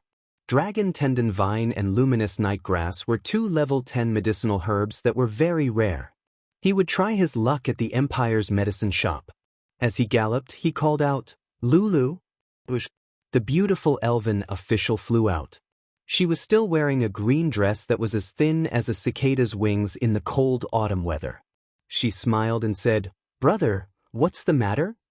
Did you see dragon tendon vine and luminous nightgrass when you were drawing the map in the dragon-seeking forest? If you did, mark them on the map for me, okay? Lin Muyu said urgently. Lulu sat on his shoulder and shook her head. I haven't seen them. They're too rare. Also, Lulu's spiritual energy isn't enough to fly too far. Okay, I'll go ask myself. Not long after, Lin Muyu arrived at the Imperial Merchant Firm and immediately went to find Third Fatty Jean. Third Fatty Jean immediately beamed when he saw Lin Muyu. Master, are you going to buy some 7-colored lotuses again? I've already prepared them for you. No need. Lin Muyu shook her head and asked, Boss Jean, do you have dragon tendon vine and luminous nightgrass for sale? Third Fatty Jean was stunned. They're both level 10 medicinal herbs? Yes. Do you have them? Third Fatty Jean said awkwardly, although there are all sorts of medicinal herbs in the Imperial Trading Center, we don't have the 2 that you want. It said that dragon tendon vine only grows in the gaps in the spine of a dragon, and its fertilizer is dragon tendon. Luminous nightgrass is no different from other weeds. The only thing special about it is that it can emit light at night. We don't have either. Then, thank you, Lin Muyu felt a little lonely. She thought of Zhang Wei's miserable appearance. In a sense, Zhang Wei ended up like this because of her. Even if she had to do everything she could, she had to heal his crippled body. This was what a man should do. When he saw Lin Muyu's disappointed expression, Third Fatty Jean smiled. I heard that the Duke of Seven Seas' residence has many precious medicinal herbs. Many of them were collected by Duke Kanglin's people. Master, you can try your luck at the Duke of Seven Seas' residence. If you really can't find them, with your status as the Divine Palace's Golden Star, you should be able to go to the Zhe Tian Palace's Medicine Pavilion. You might be able to find them. Thank you. Lin Muyu nodded, turned around and left the medicine shop. In less than 10 minutes, the warhorse stopped in front of the Duke of Seven Seas' residence. Lin Muyu dismounted and carried the burning prairie sword on her back. She cupped her fists at the guards and said, Divine Palace's Lin Ji requests an audience with Princess Shi. Please help me pass the message. One of the guards nodded respectfully and returned not long after entering the residence. He performed an empire's military salute and said, Lord Lin Ji, the princess invites you in. She's waiting for you in the front hall. Thank you. The Duke of Seven Seas' residence was like a large garden.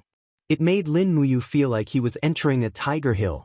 There were guards all along the way, as if to show off the strength of the Seven Seas city's army. The front hall was not far away.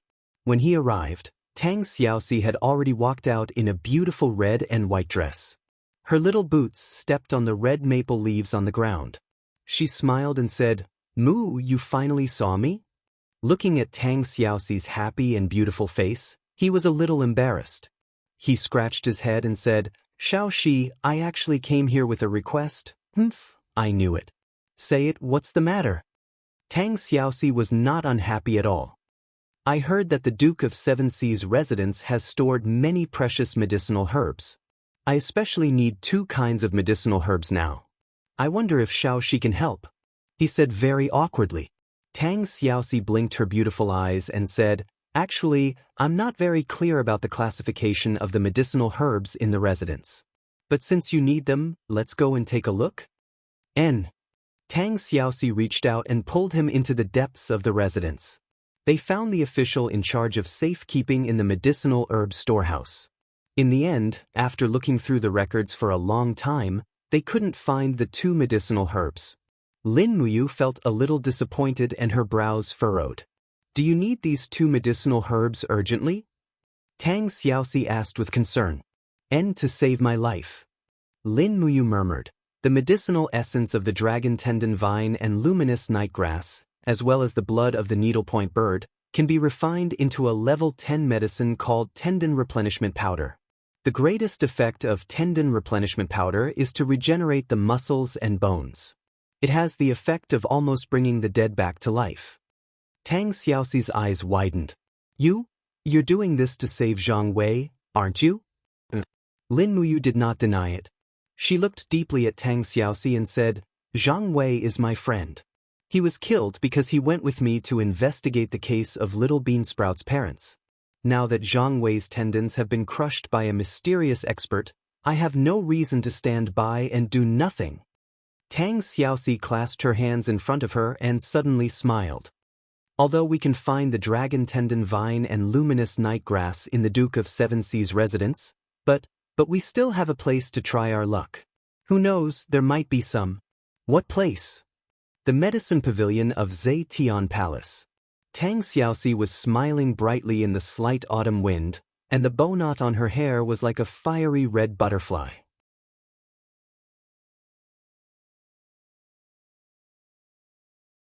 Chapter 82. When it was close to noon, 2 warhorses stopped outside the palace gates of Zetian Palace. Tang Xiaoxi dismounted and walked forward with Lin Muyu. A group of imperial guards also came forward to greet them. "Princess Shi." An imperial guard respectfully greeted. Tang Xiaoxi said, "Please help me pass a message to Her Highness Yin. Tell her that Tang Xiaoxi requests an audience with her." The imperial guard quickly mounted his horse and rode for a full 10 minutes before returning. He cupped his fists together and said, "Her Highness Yin is practicing archery in Phoenix Perching Palace. Let me bring Princess Shi and Lin Ji there." "Many thanks." They quickly mounted their horses and galloped all the way to the imperial palace. This was Lin Muyu's first time entering Zetian Palace, and it was an indescribable novelty to her. Inside Zetian Palace, the white jade floor shimmered with a luster. In the distance, there were palaces shrouded in mist. Floating windows carved from blue tiles shone with the luster of crystal and jade. Every 10 steps, there was a sentry post of the Imperial Guard. Not only was this place as rich as a mountain of gold and a sea of jade, but the security here was also extraordinarily tight. After passing through palace after palace, they finally arrived at Phoenix Perching Palace. This was Qin Yin's residence. The continuous palace terrace left Lin Muyu speechless. It was too luxurious. She lived in such a large house by herself. She originally thought that living in a villa in the real world was already considered luxurious, but compared to Qin Yin's residence, it was simply simple and unadorned. Outside of Phoenix Perching Palace was a martial arts practice field. Amidst the clattering of horse hooves, eldest Princess Qin Yin rode a fine horse in a golden cloak. She held a very exquisite bow in her hand, and the golden power of the god-binding chains surrounded her. She let go of the reins in her left hand and drew the bow with both hands, aiming at a target in the distance. Put! With a soft sound, the arrow hit the bullseye. Immediately, the maid at the side smiled and said, "Your Highness, good archery." But at this moment, Qin Yin turned her eyes to another place. She jumped off the horse and ran straight to Tang Xiaoxi and Lin Muyu, letting her gold-rimmed boots step on the gravel ground. Xiao Shi, you're finally here. Tang Xiaoxi held the reins and said with a smile, Xiao Mu and I are here for some business. Take us to the medicine pavilion. Mu is in urgent need of 2 level 10 herbs. You must help him. Qin Yin was startled. Her gaze landed on Lin Muyu. She smiled and said, since that's the case, let's go to the hidden medicine pavilion. I know the manager there, so you can freely enter and exit. Yes, yes. When the 3 of them arrived at the hidden medicine pavilion, they could indeed freely enter and exit. After all, Qin Yin's beautiful face was already a pass. She was the beloved daughter of the radiant prince, Qin Jin. She had awakened the god-binding lock martial soul at a young age, establishing her position as the successor of the empire. Even Qin Jin and the previous emperor had not awakened the god-binding lock, but among the younger generation of the Qin clan, Qin Yin and Qin Lei had already awakened the god-binding lock. They were known as a generation full of hope. But unfortunately, the 3 of them almost went through the hidden medicine pavilion's name list, but they still could not find the dragon tendon vine and luminous night grass. At this time, the manager at the side said carefully, Your Highness, these 2 herbs have disappeared for many years. They are not in the hidden medicine pavilion either. This humble servant heard that there is a place in the depths of the dragon-seeking forest called the Dragon's Tomb. That is the burial ground of the dragon clan. If we can find the dragon's tomb, I'm afraid we can get as many dragon tendon vines as we want. It's just that the depths of the dragon-seeking forest are too dangerous, so the alchemists are unable to reach there. Is that so? Qin Yin blinked her eyes that were as deep as the starry sky. She smiled and said, Then why not? Lin Muyu suddenly had a bad feeling. In the end, Tang Xiaoxi immediately responded with a smile, Why don't we take the opportunity to go to the dragon-seeking forest? At the side, the commander of the Imperial Guards, Feng Jixing, retorted sternly, Nonsense. Even I don't know where the dragon's tomb is. Moreover, you should know very well how dangerous the dragon-seeking forest is. One of you is the heir of the Qin clan, and the other is the princess of the 7 Seas Tang sect. Your identities are so special. Stop fooling around. You must not go to the dragon-seeking forest. As he said that, Feng Jixing glared at the manager of the hidden medicine pavilion and said, I will not report the matter of you encouraging His Highness to go to the dragon-seeking forest for now. If it happens again, your head will definitely be removed. The manager hurriedly knelt and begged for mercy, Lord Commander, please spare my life. I didn't do it on purpose. Don't kneel before me. I'm so young I can't take it. Hurry up and get up. Otherwise, my saber will drink blood, yes. At the side, Lin Muyu smiled and said, Big brother Feng, don't scare me like that. Feng Jixing could not help but laugh. I was pretending to be so serious, but you still managed to see through me. At this moment, Qin Yin had already turned around and left the hidden medicine pavilion with Tang Xiaoxi. As she mounted her horse, Feng Jixing hurriedly chased after her and asked loudly, Your Highness, what are you going to do? Greetings, Father. I've already reached the level 59 bottleneck. I'm going to the dragon-seeking forest to train and break through. Feng Jixing complained incessantly. He had really poked a hornet's nest this time. This capricious princess of the empire was going to the dragon-seeking forest again. Nothing good ever came out of it, and this time would most likely not be an exception. The Zetian Palace was resplendent and magnificent. It was close to noon, and the emperor, Qin Jin, was holding a banquet for his officials. The Minister of War, the Ministry of Justice, as well as the commanders of the various armies that lived in the imperial capital were all present. Qin Jin held a jade cup in his hand and said with a smile, Come, come, come. My subjects, let's have a toast together. Everyone held their cups with both hands and treated it like a precious treasure. If anyone were to spill the wine bestowed by the emperor, it was possible that their heads would roll on the ground. At this moment, the eunuch outside announced loudly, Her Highness Qin Yin has arrived. Commander Feng Jixing has arrived. Princess Tang Xiaoxi has arrived. And that brat, who are you? You're not allowed to enter. Imperial guards, take him down. Imperial guards, stand down. This is my friend. Qin Yin's voice rang out. Qin Jin couldn't help but put down his cup, a helpless expression on his face. He loved and hated this daughter of his. He loved her excellence and beauty, and hated her willfulness and unruliness. However, perhaps love was 99%, and hatred was only 1%. This was the feelings a father had for his daughter. He raised his head and said, "Let them in. Men, prepare a seat for Her Highness Yin." Qin Yin had already entered the palace wearing the cloak of the Qin clan. She smiled and said, "Imperial father." The clear and sweet voice immediately made Qin Jin lose the mood to even be angry. She said in an amused and annoyed tone, "Xiao Yin, what's wrong with you now? You're already a 20-year-old lady. Shouldn't you learn to be more dignified? You're the heir of the clan. Feng Jixing, tell me, what is she trying to do?" Feng Jixing cupped his fists and said respectfully, "Your Majesty, Her Highness, she said that she wants to enter the dragon-seeking forest again to train and seek to break through to the heaven realm. This general thinks that this is inappropriate. The dragon-seeking forest is too dangerous." Qin Yin glanced at Feng Jixing, the general meaning of her gaze saying that he still had some conscience and didn't mention the matter of the dragon tomb.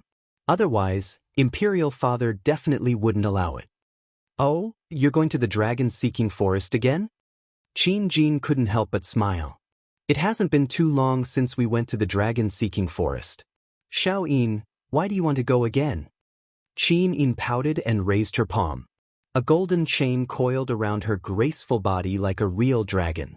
She walked forward step by step and said with a smile, "Imperial Father, look, your daughter's god-binding chains has already been cultivated to the limit of the 5th level. If I don't experience a battle to break through, I'm afraid I'll become a piece of trash." "Nonsense, how can the god-binding chains be trash?" Qin Jin's tone was a bit stricter, but when he saw Qin Yin's red eyes and aggrieved expression, his heart immediately softened. He said, "Go then, but you can only go within the boundaries of the clan's hunting grounds." "How can that be?"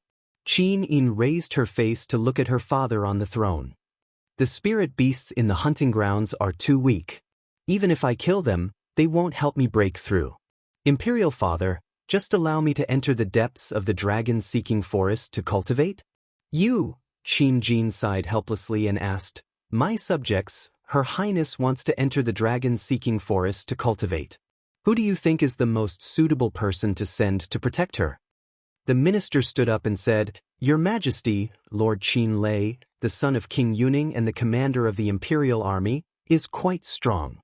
Moreover, he grew up with Her Highness and can be considered to be childhood sweethearts. It is most suitable for him to lead an elite troop to escort Her Highness to cultivate." Qin Jin nodded. Do you have any other suggestions?" Another minister stood up and said, "Your Majesty, this humble subject suggests that the commander of the Imperial Army, Feng Jixing, also lead 1,000 elite cavalry from the Imperial Army to go with her. After all, Her Highness is the crown prince and the heir of the clan. Her safety must be guaranteed.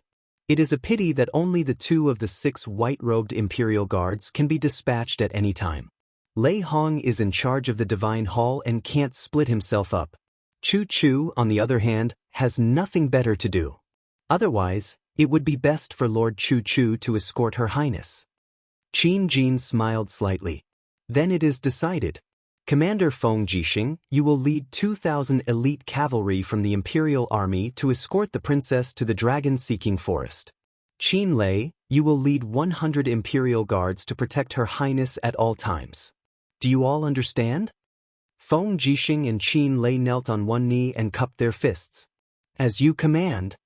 In the afternoon, the people outside the Zetian Palace were shouting and the horses neighing. A total of over 2,000 troops set out together, heading straight for the dragon-seeking forest.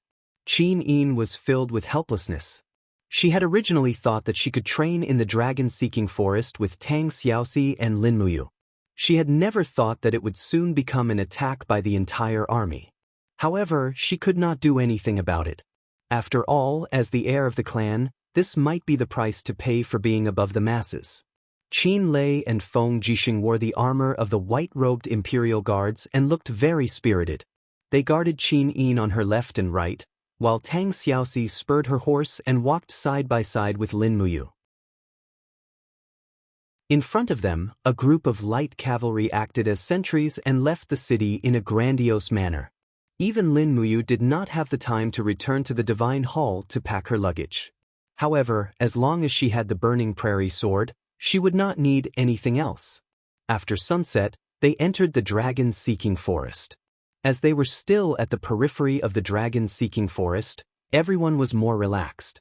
However, the night sky was filled with stars and the sounds of the insects coming from the forest made them feel more relaxed and happy. Next to the white tent, Lin Muyu carried the Burning Prairie sword and stepped into the bushes. She looked around but did not see any luminous herbs. It was impossible for there to be luminous night grass at such a close distance to Lanyan City.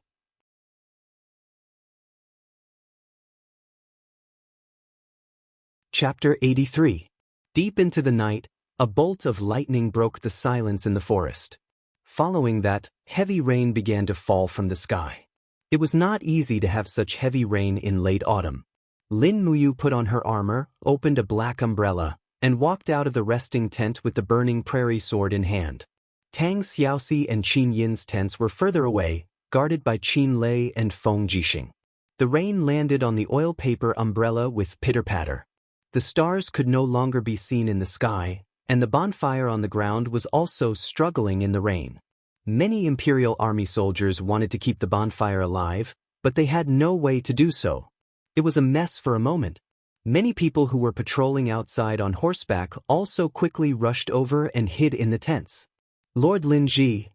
Not far away, an Imperial Army soldier smiled and asked, "Why are you standing in the rain alone with an umbrella? Quick, come into the tent to hide from the rain.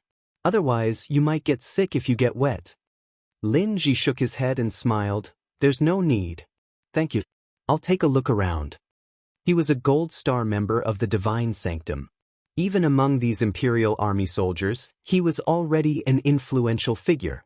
Moreover, he was familiar with Feng Jixing and Qin Lei. Therefore, Lin Muyu was rather free in the camp. The rain pitter-pattered and extinguished the last bonfire. As a result, the forest had already become dark. Clang. Drawing the Burning Prairie sword, he exhaled a small amount of vital energy from his palm and infused it into the sword. Immediately, streams of raging flames that could not be extinguished by the rain surrounded the sword, illuminating a small distance. He walked around the camp step by step. He had to ensure that there were no enemies in the surroundings. After all, it was because of him that Tang Xiaoxi and Qin Yin had come to the Dragon Forest. If anything were to happen to these two pearls of the Empire, he would definitely feel guilty for the rest of his life. "The tent is leaking. Quick, find some wide leaves." It was unknown who shouted, but many of the Imperial Guards rushed into the forest to cut down the trees. At this moment, there was a sudden rustling sound from the right. Lin Muyu immediately turned around in alarm. Raising the Burning Prairie sword, she lit up the dark corner and shouted, "Who is it? I don't speak." In the darkness, a beautiful face peeled off the hood. It was none other than Qin Yin. However, she was wearing the armor of an Imperial Guard. Her lips curled up into a smile as she asked, "What's wrong, you? Do I look strange?" "Your Highness, why are you dressed like this? If I don't dress like this, how can I sneak away?" She giggled, her beauty unmatched. "Slip away? Hurry up, Xiao, she is waiting for us in front." Qin Yin once again lifted her cloak to cover her face. Her dark golden royal cloak was airtight. It seemed like it could also shelter her from the rain. Lin Muyu was confused. She had to hold the umbrella for her with one hand and the Liaoyan sword with the other to light the way. Qin Yin raised her head and saw that Lin Muyu was drenched, but she was covering her head with an umbrella. Qin Yin couldn't help but smile warmly, but she didn't say anything. She knew that as the princess of the Empire, saying too much would only make her look pretentious. "You guys are so slow." Further ahead, beside a pile of shrubbery, Tang Xiaoxi's voice came. She was also wearing the armor of an imperial guard, which made her exquisite figure look a little funny. Furthermore, she was leading 3 fine horses. She said with a smile, "You guys are too slow. Next time don't let me steal horses." I was almost kicked by this fierce warhorse. Lin Muyu already knew what they wanted to do. She couldn't help but say, "Isn't it a little inappropriate for us to sneak away like this? Big brother Feng Jixing and big brother Qin Lei will definitely go crazy looking for you." "It's fine. I left a letter in the tent." Qin Yin smiled with dimples. "It's so dark, where are we going?" Lin Muyu asked. Qin Yin muttered to herself as she pondered. The mist formed by the autumn rain landed on her long eyelashes and quickly condensed into droplets of dew. They trembled and fell one after another, adding a sense of harmony to this beauty. However, she didn't notice it. She raised her head with a smile and said, "Let's head south and avoid the marching route of the large army. We'll take a detour into the depths of the dragon-seeking forest. Don't say anything else. Get on the horses and find a place to rest before dawn." Lin Muyu nodded. This was the only way. The 3 of them turned around and mounted their horses, heading straight south.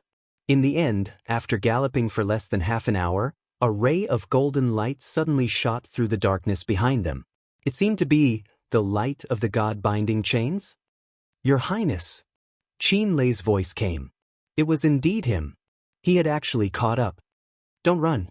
Qin Lei shouted loudly. He suddenly raised the martial spirit in his hand and the god-binding chains broke through the earth with a ping-ping-ping sound, blocking in front of Qin Yin. However, Qin Yin wasn't someone who was easy to deal with.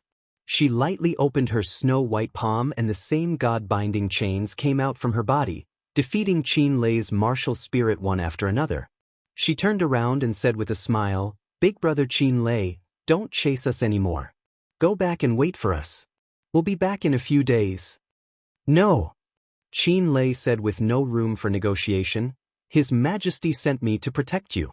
I definitely can't leave even half a step." Qin Yin clenched her teeth. "You follow me every day. Don't you know how annoying it is? There's no freedom at all. Do you understand this kind of feeling? You big idiot." Qin Lei was an extremely simple and honest youth. He urged his horse forward and didn't open an umbrella, allowing the rain to fall on his body. He rubbed his head and said with a smile, "I can more or less understand this kind of feeling. However, Xiaoyin, you are too important to the empire. There can't be a single mishap. I can indulge you in everything, but this is the only thing I absolutely cannot give in to." As he spoke, Qin Lei raised his sword-like eyebrows and looked at Lin Muyu, saying, You brat should help me persuade her." Lin Muyu looked towards Qin Yin, but before he could say anything, Qin Yin blocked him with a sentence. If you treat me, Qin Yin, as a friend, then don't persuade me. I hate being stared at by a group of people all day." Tang Xiaoxi laughed lightly, taking pleasure in other people's misfortune. Lin Muyu rubbed his nose and said, "Your Highness, why don't we do this? Let big brother Qin Lei follow us alone. It'll be safer for the 4 of us to enter the depths of the dragon-seeking forest to train, right?" Yes, you is right." Qin Lei looked at Lin Muyu gratefully, then said, "I'll go with you all alone.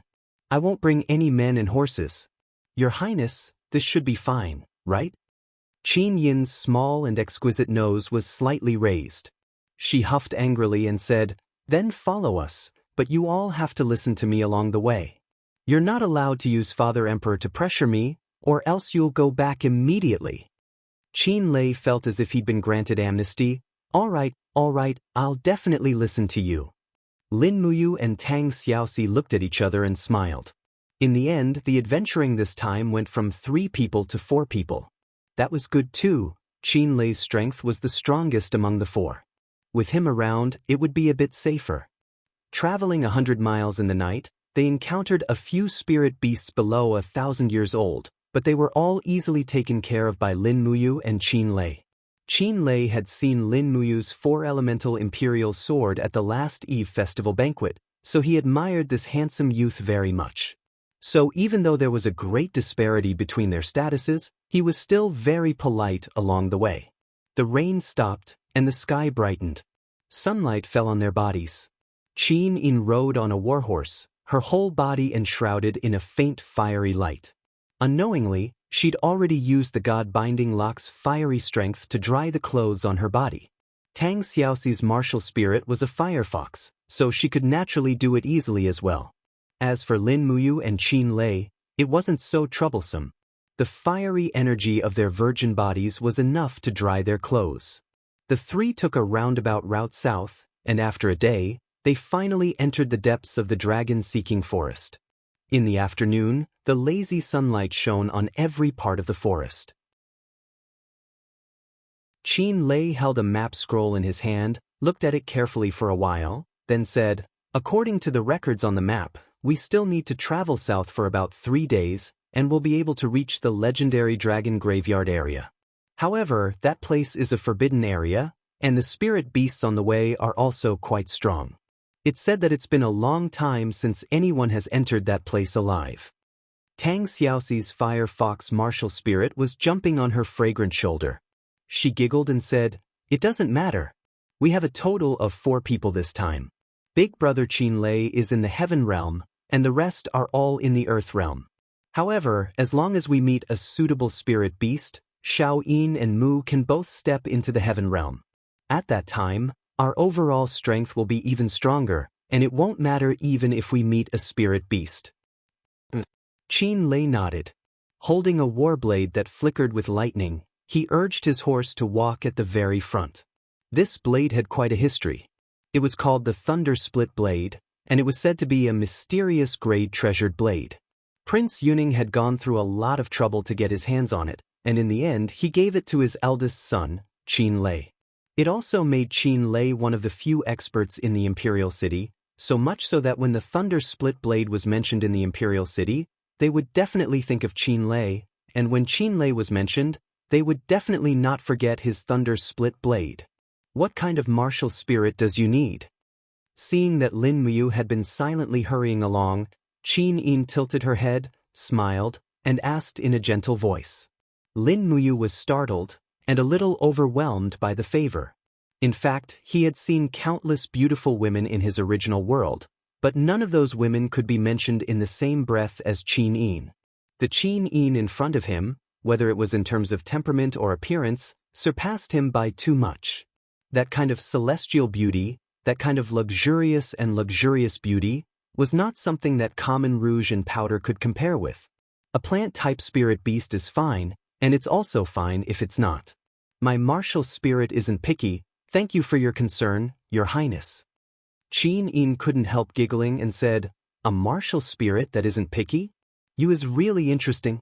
Just at this time, Qin Lei suddenly raised his arm in front of them and said in a low voice, "I'm afraid that the spirit beast that isn't picky has already arrived. Everyone be careful, there's a spirit beast 300 meters to our north, with a lifespan of at least 5,000 years. 5,000 years? Not only was Qin Yin not worried, she even revealed a trace of excitement. Raising her hand, she drew the sword at her waist and said with a smile, "Then let's prepare to make our move? Wait first." Qin Lei's expression was extremely grave and said, "It's a stone beast, its surface is even harder than stone, and its strength is extremely great. Moreover, a 5,000-year-old stone beast is even more not to be underestimated. You, prepare to attack together with me. With your martial spirit's defense, it's even more convenient to deal with this kind of stone beast." Lin Muyu drew her long sword and said cheerfully, "N."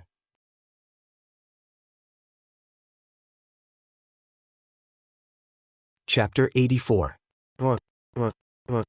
A huge rock that seemed to be grayish-white was entrenched in the middle of the valley. It was as big as a disc, but upon closer inspection, one could discover that the surface of the rock was actually made up of rock scales. This was a stone beast that was curled up together. Furthermore, it seemed to have discovered the scent of humans as its body slowly moved and let out a low roar. Qin Lei held the Thunder Split Blade tightly and looked at Lin Muyu, saying, "You, I have also encountered a stone beast when I was training in the wild in the past, but it was only 1800 years old. You must not underestimate the strength of the stone beast. Its movements are very agile, and its claws are sharp. One strike is enough to break a 10-centimeter thick heavy shield. Furthermore, the rock scales on its surface are very thick, and normal attacks cannot break it. Later, you will attract the stone beast, and I will attack. How about it? Lin Muyu waved her palm lightly, and the gourd martial spirit came out of her body, condensing into the black tortoise shell and dragon scale wall. She nodded and said, I will go first. Big brother Qin Lei, you have to be careful. You be careful too. Lin Muyu actually had an indescribable feeling of excitement in her heart. This time, the four of them came out to train together, and it was true that her defensive ability was the strongest. Therefore, she naturally took on the role of MT. The responsibilities of attracting aggro, taunting the opponent, and taking damage fell onto her. However, this was not a game. Once the team was annihilated, it meant death. There was no chance to revive and start over. The huge rock slowly began to shake. The huge disc separated into a head and a tail, and the head that was entrenched at the tail suddenly raised up. It was the face of an evil beast. It suddenly opened its bloody mouth and pounced towards Lin Muyu. This stone beast's body was at least a few dozen tons in weight. When it moved, the earth and mountains shook, but its movement speed was definitely not slow. Lin Muyu saw it clearly. Her left hand spun around her waist and grabbed the demon noise blade. She spat out her true energy and threw the demon noise blade out. Shio. This hidden weapon carried a sharp whistling sound as it rushed towards the weak point of the stone beast's head, its eyes. Unexpectedly, this big fellow was so agile that it actually moved its head to avoid the injury to its eyes. Instead, it turned its forehead to collide with the demonic noise blade. With a dang sound, sparks flew in all directions as the demonic noise blade was sent flying. From afar, Lin Muyu unleashed demonic noise fist to control the direction of the demonic noise blade. At the same time, she gripped her sword with her right hand and let out a low grunt. Streaks of lightning crackled around her arm. Just as the stone beast was about to pounce on her, she abruptly threw out the burning prairie sword, Thunderous Frenzy. With a heavy strike, half of the blade pierced into the stone beast's lower jaw, but it didn't seem to bleed. The stone beast's rock scales were at least a meter thick, so this strike didn't cause any serious damage. In the blink of an eye, the stone beast swung its sharp claws and pounced down. On its left arm, there were a total of 3 blade-like claws, and they rapidly slammed into the wall of Lin Muyu's gourd. With a pung sound, energy splashed in all directions. Lin Muyu also rapidly retreated a few steps, her face somewhat pale. With just one attack, the black tortoise shell showed signs of breaking. You hold on. Qin Lei raised the thunder split blade and let out a violent roar as he rushed onto the stone beast's body. Both of his hands gripped the long blade, and the god-binding chains wrapped around the blade. A golden light flourished as he heavily struck down. Pang! Stone fragments flew everywhere, and the stone beast immediately let out an angry roar. A large hole had been opened on its back, and even some blood could be seen spurting out. Roar! The stone beast suddenly opened its mouth, as if it was going to swallow Lin Muyu. Lin Muyu was startled, and she hastily retreated with the falling star steps. She opened her right hand, and lightning controlled the burning prairie sword in the air. She suddenly lowered her arm, and the burning prairie sword suddenly struck down from above, carrying the power of a thunderous frenzy. A loud sound was heard as it bombarded the stone beast's upper jaw, and it immediately closed its wide-open mouth. Its entire head heavily smashed onto the wall of the gourd. Woo! Lin Muyu let out a miserable groan. The outermost layer of defense, the black tortoise shell, was finally broken. The blood and qi in her body surged, and she was unable to summon her true qi to condense the black tortoise shell again in a short period of time. She could only open her arm and spit out her true qi. The orange light of her martial spirit blossomed, and a gourd flower bloomed. Puchi! A mouthful of poisonous liquid fell onto the stone beast's forehead like an arrow, and rapidly penetrated and corroded it. However, the stone beast's skin was too thick, and there was nothing that could be done to it in a short period of time. Beautifully done, you. Qin Lei brandished the thunder-split blade, and streaks of lightning burst forth and fiercely struck the back of the stone beast. He was the most dangerous person. However, right at this moment, Tang Xiaoxi held the fire fox martial spirit in her hand and loudly said, "Big brother Qin Lei, be careful." What? As soon as Qin Lei turned around, he saw a black shadow flash over. Pang! That was the sweeping attack of the stone beast's tail. Under the violent and powerful attack, it immediately sent this commander of the Imperial Army flying, falling straight into the distant forest. However, Qin Lei's cultivation had after all already stepped into the heaven realm. His voice quickly came from there, "I'm fine. You have to hold on." Huff, huff, huff, the stone beast snorted, and a bit of blood had already seeped into its pair of eyes. Its blood-red pupils stared fixedly at Lin Muyu, and both of its claws flew about. In an instant, it pounced on her several times, blasting the dragon scale wall to the point of almost collapsing. However, Lin Muyu did not have much of a way to deal with this big guy. After all, his martial spirit specialized in defense, and even the destructive power of the four-elemental imperial sword was far from being able to compare to Qin Lei, who had the support of the god-binding shackles. "Mu, be careful!" Tang Xiaoxi launched an attack from the flank, and the fire fox cried out loudly. However, her penetrative power was too weak, and practically did not make the stone beast feel any pain, so it naturally ignored her. This angered Tang Xiaoxi to the point of whimpering. The feeling of not having any sense of existence made the proud princess a little unable to bear it. The true qi in her body was becoming more and more unable to be quickly activated. Just as Lin Muyu was feeling anxious, rays of golden light suddenly appeared around her body, and Qin Yin's voice came from behind, "God-binding power." This was Qin Yin's martial spirit skill, and could also be considered as a support skill, increasing the target's attack power.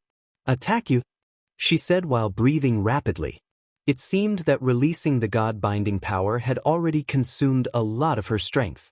When the God-binding power entered her body, Lin Muyu could clearly feel the surging power in her blood vessels, and a feeling that she had to spit it out was on the verge of bursting out. She lightly raised her arm, and the black tortoise shell actually condensed again. True qi surged around her body, and she grabbed the spinning demonic noise blade and threw it out again. At the same time, she lightly released her right hand, and the burning prairie's sword lightly flew up. Flames spouted out from her palm, and lingered around the burning prairie sword. The blade of the sword quickly spun, using fire to manipulate the sword. Furthermore, she used the true dragon essence fire this time. The dazzling purple flames lingered around the longsword, causing Qin Yin and Tang Xiaoxi to be a little shocked. They had never seen flames like this before. Dragon flame spiral break. She exerted force with both hands, and immediately the high-speed spinning burning prairie sword smashed into the stone beast's head like an invincible iron awl. The true dragon essence fire quickly melted the stone beast's scales, and with a bang, it blasted a large hole in the stone beast's head. Grayish-white brain matter could faintly be seen. Good heavens, this attack was really ruthless. But what shocked Lin Muyu was that the stone beast's vitality was too tenacious. It seemed to be completely fine even after its head had been blasted open. With a roar, it pounced forward, and with a swipe of its claws, it directly shattered the black tortoise shell. Lin Muyu raised her hand to grab the burning prairie sword, and hurriedly pressed her left hand against the blade to block the stone beast's next attack. It was also at this moment that a beautiful figure appeared beside him. Qin Yin carried a long sword and stood shoulder to shoulder with him. God-binding shackles surged around her. With a shout, the God-binding shackles slashed out together with the long sword. Pang! What a good Qin Yin! She actually relied on the tyrannical strength of the God-binding chains to slash back the stone beast's sharp claws. At this time, Qin Lei raised the thunder-split saber and charged over again. A slash landed on the stone beast's neck from midair, and stone fragments splashed everywhere. He loudly said, "Shao Yin Shao Shi, all of you fall back. Let me do it." The stone beast was still roaring, but after being continuously slashed 7 or 8 times by Qin Lei, its roars became weaker and weaker. With a crack, its bones broke, and its entire head separated from its body. No matter how strong its vitality was, it was unable to continue fighting without a head. After all, it was a stone beast, not called Xing Tian. Huff, huff. The stone beast's head that fell to the ground was still breathing with all its might, while its body lay on the ground, continuously struggling frantically. F***C. Lin Muyu held the burning prairie sword with lingering fear in her heart. She turned around to look at Qin Yin, and asked with concern, "Are you all right?" Who would have thought that Qin Yin would also ask the same thing? The two of them spoke at the same time. In the next moment, Her Highness the Princess lowered her head with a flushed face. She didn't know what to say to get past this awkwardness. Luckily, Qin Lei was more straightforward. He leaped down from the stone beast's corpse, and said with a smile, "Luckily, Yu's defense is strong enough. Otherwise, we might be in danger." This time, it was really not easy to kill this 50-100-year stone beast without any injuries. "Your Highness, what are you still hesitating for? I remember that your God-binding chains only has 3 abilities, and none of them are defense type. Come, this stone beast's defense is so strong. If you can absorb the stone beast's defense type ability, it will definitely greatly increase your individual strength." Tang Xiaoxi also said with a smile, "That's right. Shao Yin, hurry up and refine the beast spirit.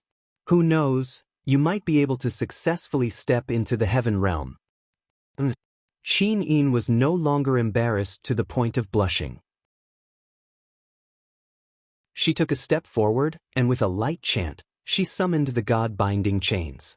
This golden chain was like a real dragon, coiling around the young lady's waist and between her twin peaks. It was like a guardian, but also like an attacker. It began to madly and greedily absorb and refine the stone beast's beast spirit. This stone beast's beast spirit could actually be refined by herself, but Lin Muyu didn't care. There were many spirit beasts in the dragon-seeking forest, so there was no hurry. Letting Qin Yin become stronger would be of great benefit to the entire adventurer team. Qin Yin closed her beautiful eyes, controlling the God-binding chains to enjoy this delicious meal.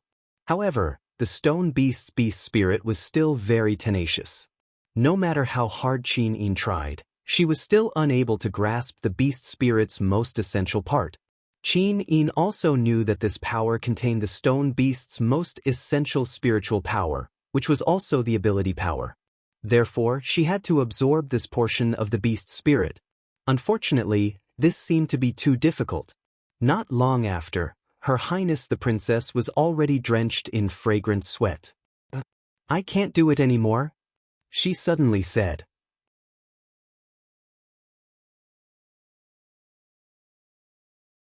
Chapter 85. Do you need help? Lin Muyu sheathed his long sword and asked calmly from the side. Qin Lei was stunned. "You can help? As far as I know, the process of refining the beast spirit is not something that others can interfere with, right? Xiaoyin, if you really can't refine the skill, then don't force yourself, otherwise you will hurt your body." Tang Xiaoxi crossed her arms in front of her chest and said, "If Mu can help, then don't hesitate." Lin Muyu walked to Qin Yin's side, and a faint fragrance of a young girl entered his nose. His heart couldn't help but sway, but he immediately reprimanded himself in his heart. "What am I thinking about, you bastard? Is this the time to let your imagination run wild? I can't keep thinking about petty things all day long. We must be honest and be a person who is free from vulgar interests. Lin Ji, you better remember, you are an honest and confident young man." Thinking of that, his face turned red. His palm opened slightly and his true qi surged. The treasured refining cauldron shrouded down in the form of energy and quickly enveloped Qin Yin and himself. But from Qin Lei and Tang Xiaoxi's point of view, the energy that Lin Muyu summoned was a kind of true qi energy condensed body, and they couldn't see the specific form of the treasured refining cauldron. Closing his eyes, the first layer of true fire inside the treasured refining cauldron started to burn, refining the last strand of beast spirit of the stone beast. Qin Yin also seemed to feel it as her long eyelashes lightly trembled, but she didn't dare to be distracted in the crucial process of refining the beast spirit. Lin Muyu said softly, "Your Highness doesn't need to be distracted, concentrate on absorbing and leave the rest to me." Inside the treasured refining cauldron, the beast spirit of the stone beast was howling miserably as it was refined by the first layer of true fire. But this beast spirit was really too tenacious. It was still unable to be refined even after being refined for a full 5 minutes. Lin Muyu made up his mind and suddenly shouted, activating the second layer of flames of the treasured refining cauldron, Extreme Fire. The so-called Extreme Fire was a flame that came from the sky and was very fierce.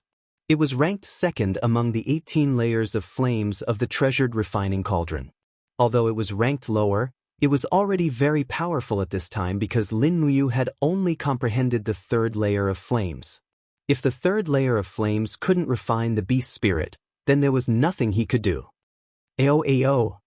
Amidst the miserable howls, the extreme fire quickly devoured the beast spirit of the stone beast, refining it into bits and pieces of spiritual essence, which seeped into Qin Yin's body one by one and was absorbed by the princess.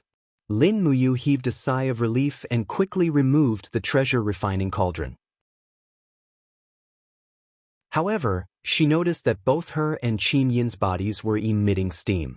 It seemed like the temperature inside the treasure refining cauldron was not just for show. Qin Yin let out a breath. When she opened her eyes, Lin Muyu and Qin Lei were both stunned. At this time, the expression in Qin Yin's eyes was even more enchanting. Her gaze was deep and the strange expression was as beautiful as the shining stars. Moreover, her entire temperament seemed to have changed a little. It actually made Lin Muyu feel a kind of faint pressure. This was the sign of the great disparity between realms. Xiao Yin stepped into the heaven realm? Tang Xiaoxi asked with a light smile. Yes, Qin Yin smiled, raised her left hand and lightly exhaled. This time, what appeared was not true qi but pure white do qi. Once one stepped into the heaven realm, the aura in one's body would automatically change from true qi to do qi. This was a qualitative leap. In an instant, Qin Yin was extraordinarily happy. Her beautiful eyes looked deeply at Lin Muyu. "You? Thank you very much." Lin Muyu cupped his fists and smiled. "Serving your highness is my duty." After all, as a member of the temple, he was originally loyal to the imperial family. Although the little princess' attitude towards him was extremely good, Lin Muyu still maintained propriety. There was a difference in identity and status. Once he got carried away, then it might bring about a fatal disaster. This was also one of Lin Muyu's great characteristics. He could maintain wisdom and calmness at any time. Otherwise, it might be difficult for him to ascend to the martial god's throne in conquest. "Your Highness, have you refined the stone beast's skill?" Qin Lei asked at the side. Qin Yin nodded lightly, then summoned the god-binding chain's martial soul. She lightly exhaled her do qi and immediately, stone scales appeared around the golden chains of the god-binding chains. This was a defensive skill. It could protect herself from harm. Qin Lei clapped his hands and said with a smile, "This time we did not come to the dragon forest in vain. Your Highness Yin, since you have already completed your training, why don't we return to Lanyan City as soon as possible? The dragon forest is too dangerous. Moreover, Commander Feng Jixing should still be at the edge of the dragon forest waiting for us to return. We have been out for a bit too long." However, Qin Yin frowned slightly, shook her head and said, "No, my real purpose for coming out this time is to help you find the dragon's tomb. If Brother Qin Lei is in a hurry, then go back first." Qin Lei was given the cold shoulder and couldn't help but stare blankly, but he didn't take it to heart. He smiled and said, "All right then, I promise to listen to you. This time I will listen to you. Let's go find the dragon's tomb together." "Yes, that's more like it." Qin Yin's anger turned into joy. The few of them rested for a bit and recovered their true qi and physical strength before continuing on their journey. Before dusk, they found a suitable place to rest in the dragon forest. It was a very dry cave, and the weeds in the cave were very dry. Furthermore, the original owner was a 1,200-year-old spiritual bear, which was killed by Qin Lei with one slash. The spirit stone was taken away by Lin Muyu. A spirit stone that was over 1,000 years old was very good to be used to forge weapons, so it shouldn't be wasted. Jin Xiaotang of the Imperial Merchant Guild probably still didn't know that he was good at forging weapons. Otherwise, it would have definitely caused a ruckus again. The Imperial Merchant Guild didn't lack anything. The only thing it lacked was high-grade weapons. Those nobles, officials, and sons of rich families would wait in the Merchant Guild every day, waiting for someone who lacked money to auction a suitable weapon. Actually, over there, spirit-grade weapons were already very popular, and mysterious-grade weapons were even more popular. If he could forge a saint-grade weapon, perhaps the entire Imperial Merchant Guild would change. Qin Lei took a blanket from the back of the horse, and after laying it on the ground, he said, "Your Highness, it's very tough for us in the wilderness, so this is the only way. You and Princess, she can sleep here tonight. You and I can sleep on the hay outside." Qin Yin smiled faintly. "Thank you for your hard work, Brother Qin Lei. Alright, where's you?" "He's outside. I don't know what he's doing." Qin Yin lifted the hem of her skirt and walked out of the cave lightly, only to see Lin Muyu holding the burning prairie sword and quietly inspecting the terrain outside. His brows were tightly knitted, and the white robe behind him swayed slightly in the wind. He was very handsome. In an instant, Qin Yin's heart fluttered, and her heartbeat seemed to quicken. Although Feng Jixing, Chu Huaying, and the others were all handsome men, this Lin Muyu in front of her seemed to have an extra special temperament compared to them. But what am I thinking? Qin Yin stamped her little boots and vented her anger at herself, feeling both ashamed and angry. This princess was really arrogant and pampered. Lin Muyu raised her head and saw Qin Yin standing under the mountain rock with a red face. She couldn't help but ask with a smile, "Your Highness, what's wrong?" Qin Yin was stunned, and her face became even redder. Nothing. You've been patrolling outside for so long, what are you inspecting?" "Oh, I suspect that there's a spirit beast that's older, and it's of the fire attribute." "Why do you say that?" "When I was training in the Seven Stars Forest with Chu and Xiao Shi, we also encountered this kind of terrain. Not a single blade of grass grew, and everything was withered. This means that there's a fire attribute spirit beast living nearby, and it's not young." "Ah." Qin Yin was stunned. "Then why is the spiritual bear that we just killed still living here? Logically speaking, that fire-type spirit beast should have swallowed the spiritual bear long ago." "That's hard to say." The corners of Lin Muyu's mouth curled up, and she smiled. "Perhaps that fire attribute spirit beast is just raising the spiritual bear like a pig." "I see. Then what should we do?" "Don't worry, I'll be careful. If this spirit beast really comes to find trouble with us, we'll just kill it. It just so happens that Xiao Shi is about to step into the third heaven of the earth realm, and she needs a suitable beast spirit of the fire attribute spirit beast. If it dares to come, I'll be more than happy." Late at night, Qin Yin and Tang Xiaoxi were sleeping in each other's arms. The two of them were exhausted after a day of traveling. Qin Lei was holding the thunder split blade, and his tiger eyes were wide open as he looked at the rock at the top of the cave, standing guard 3 meters away from the two girls.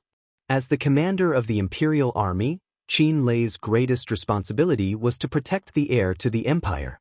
However, when Qin Lei turned around to look, his gaze fell upon Qin Yin's bright and clean face, and there seemed to be another kind of indescribable emotion in his eyes. He sighed, and the hand that was holding the thunder split blade tightened a little. Outside the cave, a bonfire swayed in the night wind. The late autumn night was already very cold, especially after the autumn rain, as if it was going to be winter soon. Lin Muyu held the burning prairie sword in her arms and looked at the swaying light of the fire, her clear eyes filled with melancholy. He wondered how his father was doing. Was his old man still in good health? At the thought of this, Lin Muyu's eyes instantly became moist. She raised her head to look at the sky and murmured, "Father, brother, are you both well now?" I miss you both, but I can't go back now. Brother, you must take good care of father, don't let him work so hard anymore. When I'm not here. Brother, you have to shoulder the entire Long Xian group. At this moment, a soft hissing sound was suddenly heard from afar, and it was accompanied by a scorching heat. It's finally here. As the owner of this area, it was finally time to hunt Lin Muyu, Qin Yin, Tang Xiaoxi, and the other uninvited guests. Lin Muyu called out softly, Brother Qin Lei, wake up His Highness and Xiao Shi, our guests are here. Qin Lei was startled, and turned around to look, only to find that Qin Yin and Tang Xiaoxi had both woken up, and were looking at him with their beautiful eyes. Is that fire spiritual beast here? Tang Xiaoxi was slightly excited.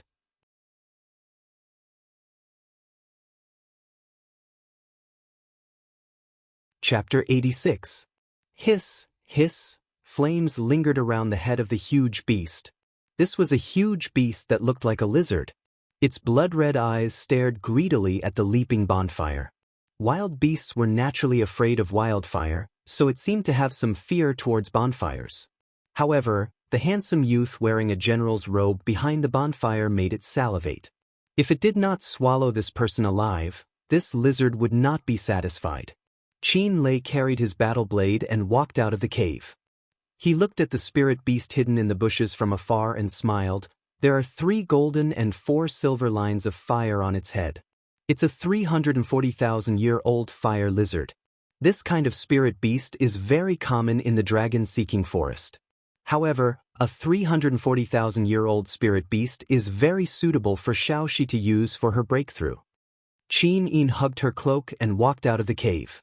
Her elegant face looked even more enchanting under the moonlight.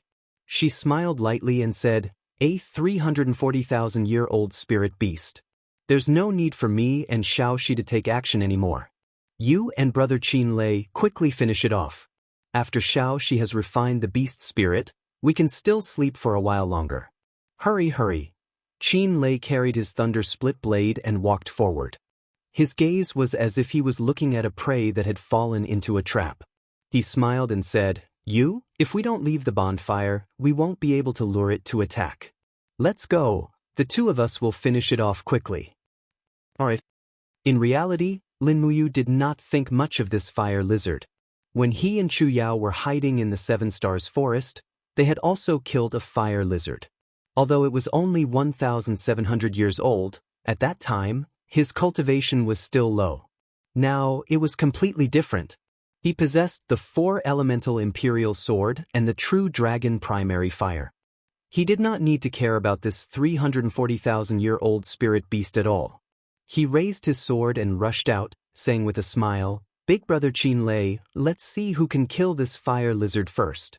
Qin Lei raised his blade and rushed forward, scolding with a smile, You stinking brat, you didn't even say a word. You ran so fast, how could I catch up? Hiss hiss, when the fire lizard saw the 2 approaching, it immediately spat out its tongue and quickly pounced over. Its movements were very agile, but it had underestimated the strength of the young man in front of it. Whoosh! The burning prairie sword sped over, wrapped in thick lightning. Lin Muyu had directly used the shocking thunder wild wave to greet it. Sparks flew in all directions.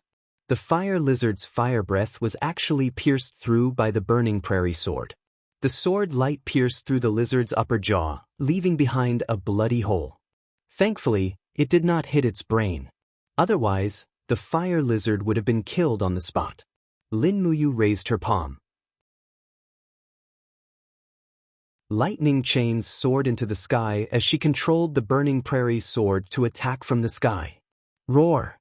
The fire lizard roared and attempted to counterattack, but it was caught off guard by Lin Muyu's demonic sound fist right in the eye area. As it retreated while screaming, its tail suddenly trembled. The burning prairie sword followed the wind and directly pierced through the fire lizard's tail, nailing it to the rock. This time, it couldn't even run away. Qin Lei laughed out loud.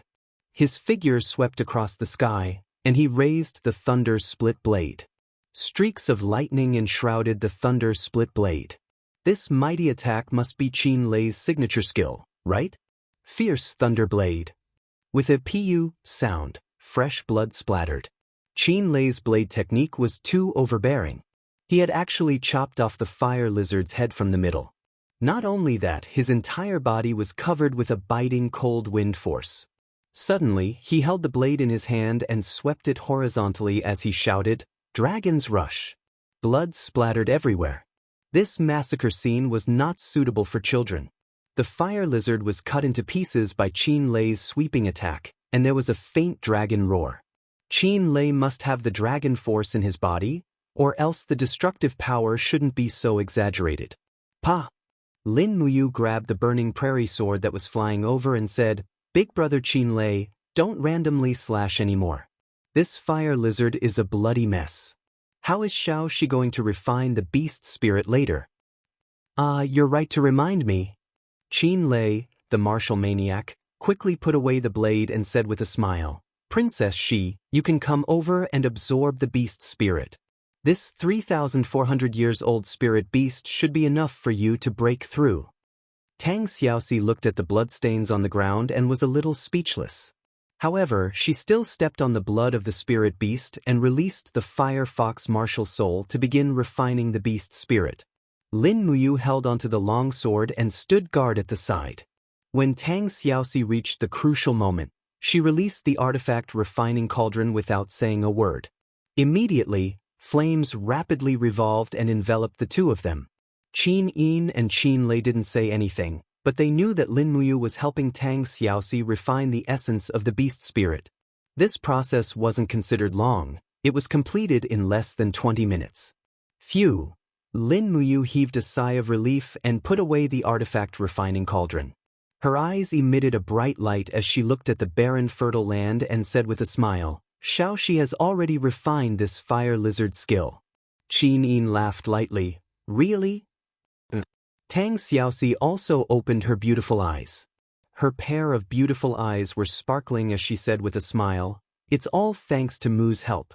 I feel that his power is helping me control the fire lizard's essence. Otherwise, with my power, I might not be able to suppress it." Qin Lei was greatly surprised and said, What method did you use to help His Highness and the princess refine the essence of the beast spirit?" "According to what I know, when refining the beast spirit, the chances of absorbing the skill is not more than 30%. "How did you do it?" Lin Muyu rubbed her nose and said with a smile, "Some secrets can only belong to me alone. Big brother Qin Lei, don't ask anymore. In any case, I won't harm you guys in this lifetime." Qin Yin couldn't help but smile. "All right then. If you isn't willing to say, then we won't ask anymore. Let's go back and continue to rest for a while. In another day, we'll roughly be able to enter the dragon's tomb's domain. There are more and more spirit beasts in the surroundings. We have to be a bit more careful."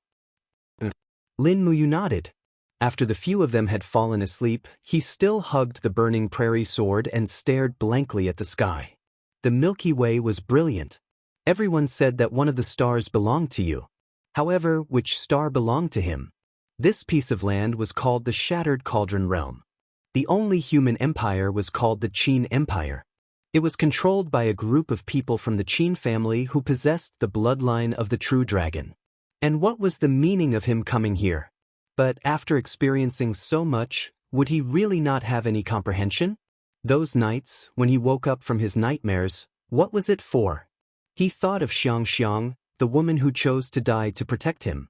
Was she weak? No, she was actually very brave. He thought of Chu Feng. He spent his entire life protecting Chu Yao, but in the end he died unjustly in the hands of vile people. Was he stupid? No, he was actually very persistent. He thought of Little Beansprout and Qin Xiling. These weak people were all fighting for their lives. Were they pitiful? No, they had already done their best. He thought of Zhang Wei. This unyielding man had now become a cripple. He thought of Tang Xiaoxi. The kind and pure Xiao she had completely disregarded all dangers for him. He thought of Qin Yin. This beautiful princess trusted and relied on him. He thought of Feng Jixing, Qin Lei, and Chu Huaying. It seemed that unknowingly he had already found a reason to continue fighting in this world. At the break of dawn, a golden ray of light fell on Lin Muyu's face. It was unknown when he had fallen asleep, but he still held the prairie fire sword in his hands. His head was slightly tilted outwards, maintaining a vigilant posture. But in the end, he still fell asleep. Qin Yin carefully held the sword and knelt beside Lin Muyu. She tilted her head and looked at his sleeping face. She seemed to be interested, but she couldn't bear to wake him up. She knew that Lin Muyu actually didn't sleep for too long. He only slept after dawn. Even Qin Lei was snoring, but he didn't. He was awake the whole night. The late autumn morning was very cold. Tang Xiaoxi tightened her cloak and raised her head with a smile. Qin Yin made a gesture to lower her voice. She laughed softly and said, "Be quiet. Let him sleep a while more." Tang Xiaoxi smiled slightly. She opened her bag and found some cooked meat. Then, she carefully raised her hand and used the power of her fire fox martial spirit to reignite the bonfire. As she boiled water on the iron pot, she also sliced the cooked meat and threw it in. They couldn't eat good food in the wilderness, but to be able to drink a pot of boiling meat soup was already a kind of enjoyment. Accompanied by the sound of boiling water, the aroma of meat filled the air. Lin Muyu couldn't help but sniff. His stomach was empty, and he was very hungry. But when he opened his eyes, he found Qin Yin looking at him with a smile. He immediately blushed and said, "Your Highness, are there bugs on my face?" "No." Qin Yin's face turned red. "You, get up and eat." Even though he only slept for a short while, Lin Muyu already felt the true energy in his veins fill up again. He had already returned to his peak state and could face any challenge. Tang Xiaoxi scooped a bowl of meat soup and gave it to him.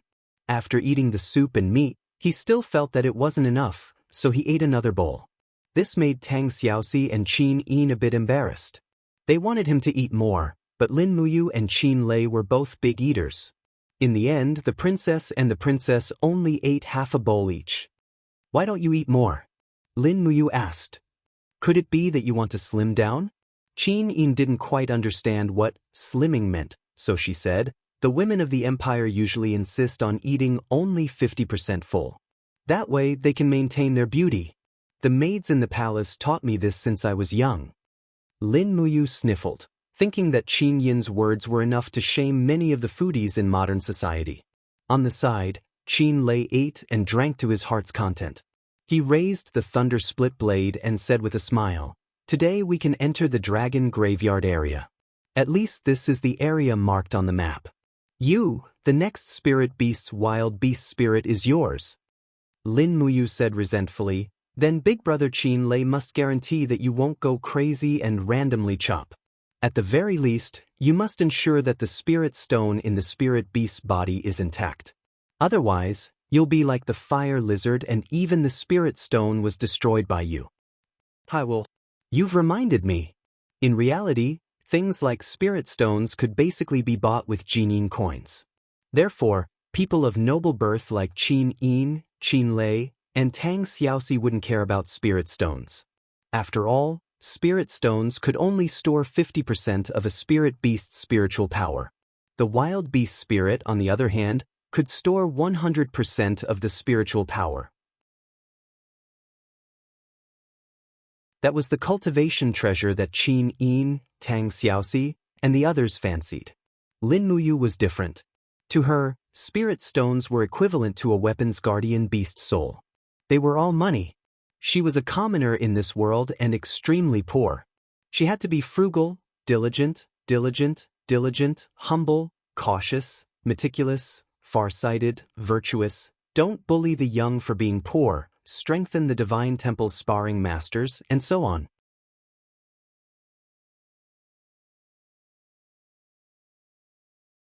Chapter 87. On the fourth day after entering the dragon-seeking forest, the terrain became more and more dangerous, to the extent that it was already impossible to pass through on horseback. They could only lead the war horses and walk step by step through the winding mountains. The road had long been cut off, so they could only rely on Lin Muyu and Qin Lei to wield their weapons in front to open up a path. On this day, they once again encountered 3 spirit beasts that were over 2,000 years old. They were all taken care of one by one, but they still did not encounter any spirit beast that Lin Muyu was interested in. Since they wanted to step into the heaven realm, then they must have a spirit beast with a long lifespan as a sacrifice. The surrounding plants became fewer and fewer. In the blink of an eye, the forest in front was already bare. A formless aura of death enveloped the surroundings. Qin Lei could not help but frown. We seem to have already entered the dragon's tomb area.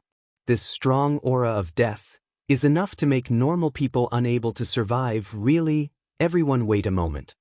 Lin Muyu suddenly stopped everyone, then took out a few small bottles of medicine and said, "Everyone drink one bottle." "What is this?" Qin Yin asked curiously as she held the medicine. "Concentration powder." Lin Muyu smiled and said, "To be more specific, it is a first-grade concentration powder, a level 6 medicine. It can keep our minds clear, making us immune to all poisons. The aura of death in the dragon's tomb should also not be able to infect our bodies. Concentration powder is only a type of resistance medicine. It must be consumed before the poison takes effect. The effect can last for 3 days. It is up to you whether you want to drink it or not." As he spoke, he raised his head and drank a bottle of concentration powder. Tang Xiaoxi smiled and drank it as well. Qin Yin pulled out the cork and sniffed it. There was a fresh smell and she drank it in one gulp as well. Qin Lei was the last person to drink it. As the commander of the Imperial Army, he had to be on guard. Although he was already quite familiar with Lin Muyu, he still had to be on guard. He could only drink it when he saw that Lin Muyu and the others were fine. The concentration powder turned into a cool feeling and flowed through her body. Qin Yin could not help but smile in surprise, as expected of a first-grade medicine. "This feeling is really different." Tang Xiaoxi smiled lightly. "Let's go." Yes. Qin Lei carried the thunder-split saber and said, You walk in front and open up the path. I'll bring up the rear. Everyone be careful. We're about to enter the dragon tombs area." Lin Muyu nodded. She knew that Qin Lei still didn't have 100% trust in her, but this couldn't be blamed on him. Clang. He unsheathed the burning prairie sword and slowly exhaled his true qi. Immediately, the blade of the sword turned red. He urged his horse forward slowly, following the path of the canyon and entering the range of the dragon's tomb. Looking up, he saw that the cliff was extremely steep, forming a thin line above his head. There was even the cawing of crows, making him feel uneasy. On the ground, he could even see pieces of white bones. They were not dragon bones, but human bones. Someone had been here before, and they were already dead. Qin Yin held onto her treasured sword and carefully looked around. Her pair of beautiful eyes were filled with vigilance. The cold wind blew, causing the gold-trimmed dark blue cloak behind her to slowly flutter. Tang Xiaoxi followed closely behind Qin Yin. The fire fox was already squatting on her shoulder, ready to attack at any time. Meanwhile, Qin Lei was at the back. Golden iron chains appeared around the thunder-split saber, and the god-binding chains were ready to be unleashed at any time. Smoke lingered in front of them. Very soon, the war horse let out a neigh and became weak and powerless. It was already unable to bear the weight of its rider. Lin Muyu hurriedly got off the horse and said, "We can't go on. The miasma here is too heavy. The war horse can't go in. Let's just tie it here. We'll go in." Qin Yin and the others nodded. They got off their horses one by one and walked forward on foot. After walking to the end of the canyon, there was a completely different scene inside. There wasn't much of a deathly aura within the dragon's tomb.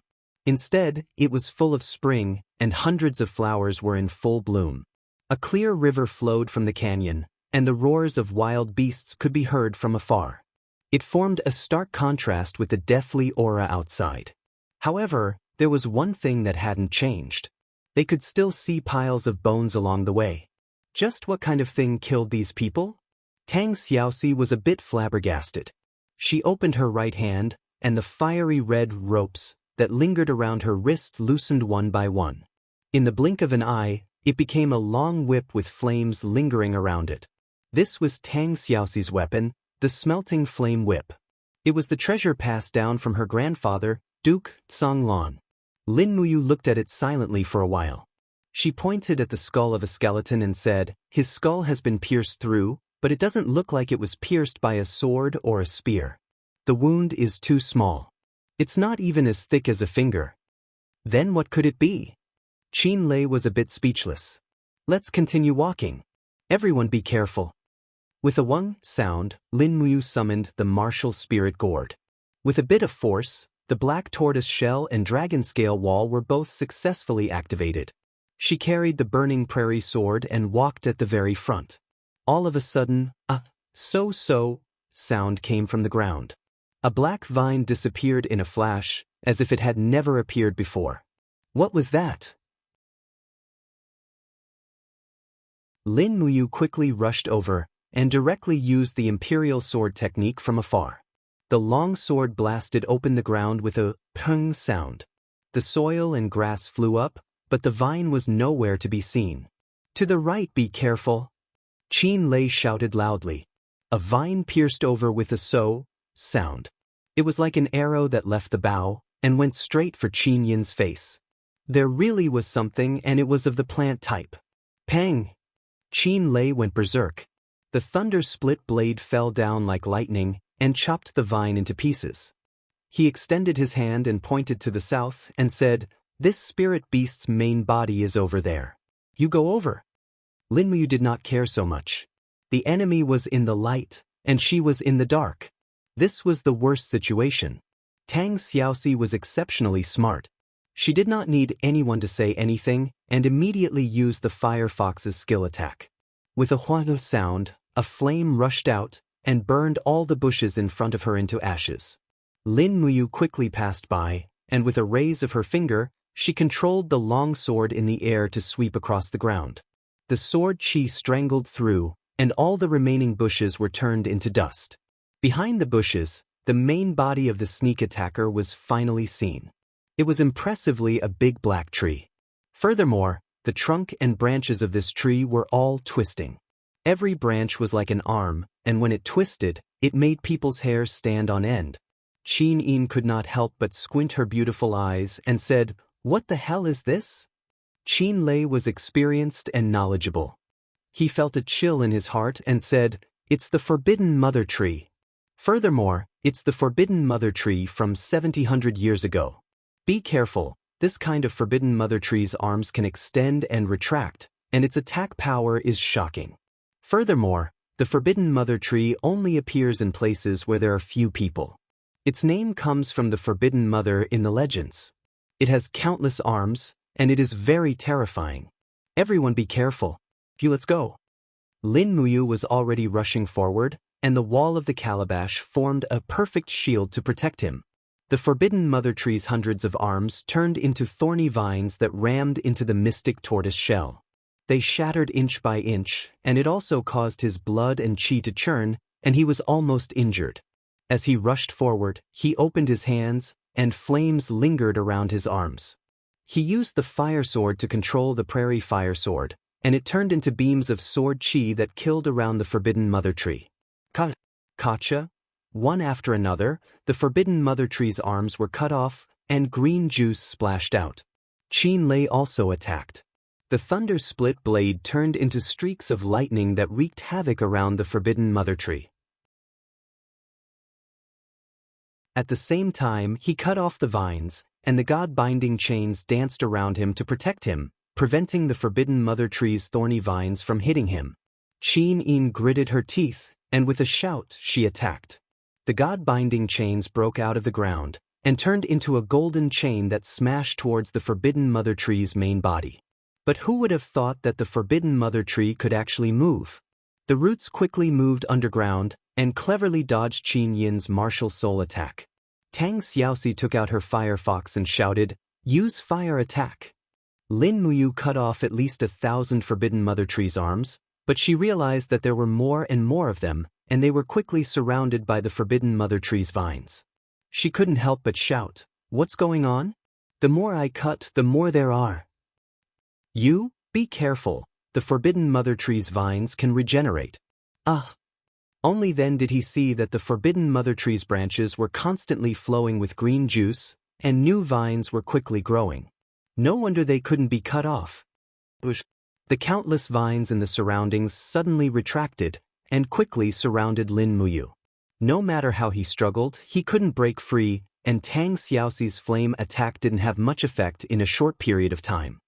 The forbidden mother tree was actually shouting, as though it was mocking him, and countless vines turned into thorny vines that pierced towards him. "You!" Qin Lei roared, and quickly raised the thunder-split blade. Countless lightning rays rose up, and ruthlessly smashed onto the forbidden mother tree's main trunk. Pang! Green juice splashed out, but the forbidden mother tree was still regenerating. This thing's life force was not ordinary. Lin Muyu was surrounded by millions of vines, and couldn't break out. He could only brandish his iron fists to disperse the vines that were about to attack him. The walls of the gourd could no longer withstand it, and the mystic tortoise shell and dragon scale wall collapsed one after another. Pang! After a ray of golden light, Qin Yin's treasured sword smashed onto the tree trunk with the power of the god-binding chains. She flew up to attack, and a huge gap was blasted open on the tree trunk. She saw a blood-red heart-like thing pulsating, and she was astonished. "What is that?" Qin Lei said loudly, "It's the tree spirit. Destroying it will destroy the forbidden mother tree." Just as Qin Yin was planning to follow up with another slash, a cluster of vines suddenly attacked from the right and smashed her away. Qin Lei hurriedly went to save her, but his leg was suddenly pierced by the thorny vines. Blood gushed out like a fountain, and he lost his ability to fight for a moment. Tang Xiaoxi was also entangled by hundreds of vines, and she could only protect herself. Lin Muyu saw everything clearly from the cage. The true dragon essence fire surged in his palm, and he controlled the sword through the air. The prairie fire sword instantly spun at high speed, dragon flames spiral break. Pang! The spiral impact from the outside directly scattered the vines. He leaped out and held the longsword. With a violent shout, he roared in his heart, "7 luminaries profound energy, come out." This was the first time he called out the 7 luminaries profound energy on his own. Immediately, a vigorous force surged in his Ihai, but there seemed to be another kind of power that was restraining the 7 luminaries' profound energy, not allowing him to call it out forcefully. But this couldn't stop him. Lin Muyu quickly took out the artifact refining cauldron, and launched the earth fire in the air to burn the power that was trying to resist him.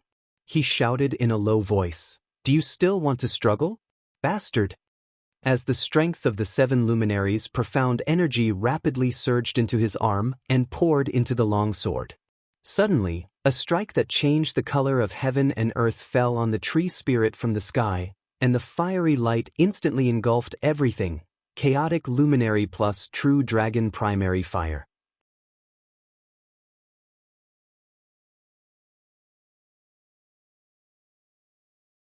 Chapter 88. Boom! The raging flames swallowed the tree trunk along with the tree spirit, turning it into a pile of burning ashes. The first level of the 7 planets' profound energy combined with the true dragon primordial fire indeed had unimaginable destructive power. Even Lin Muyu was shocked by the power of his attack.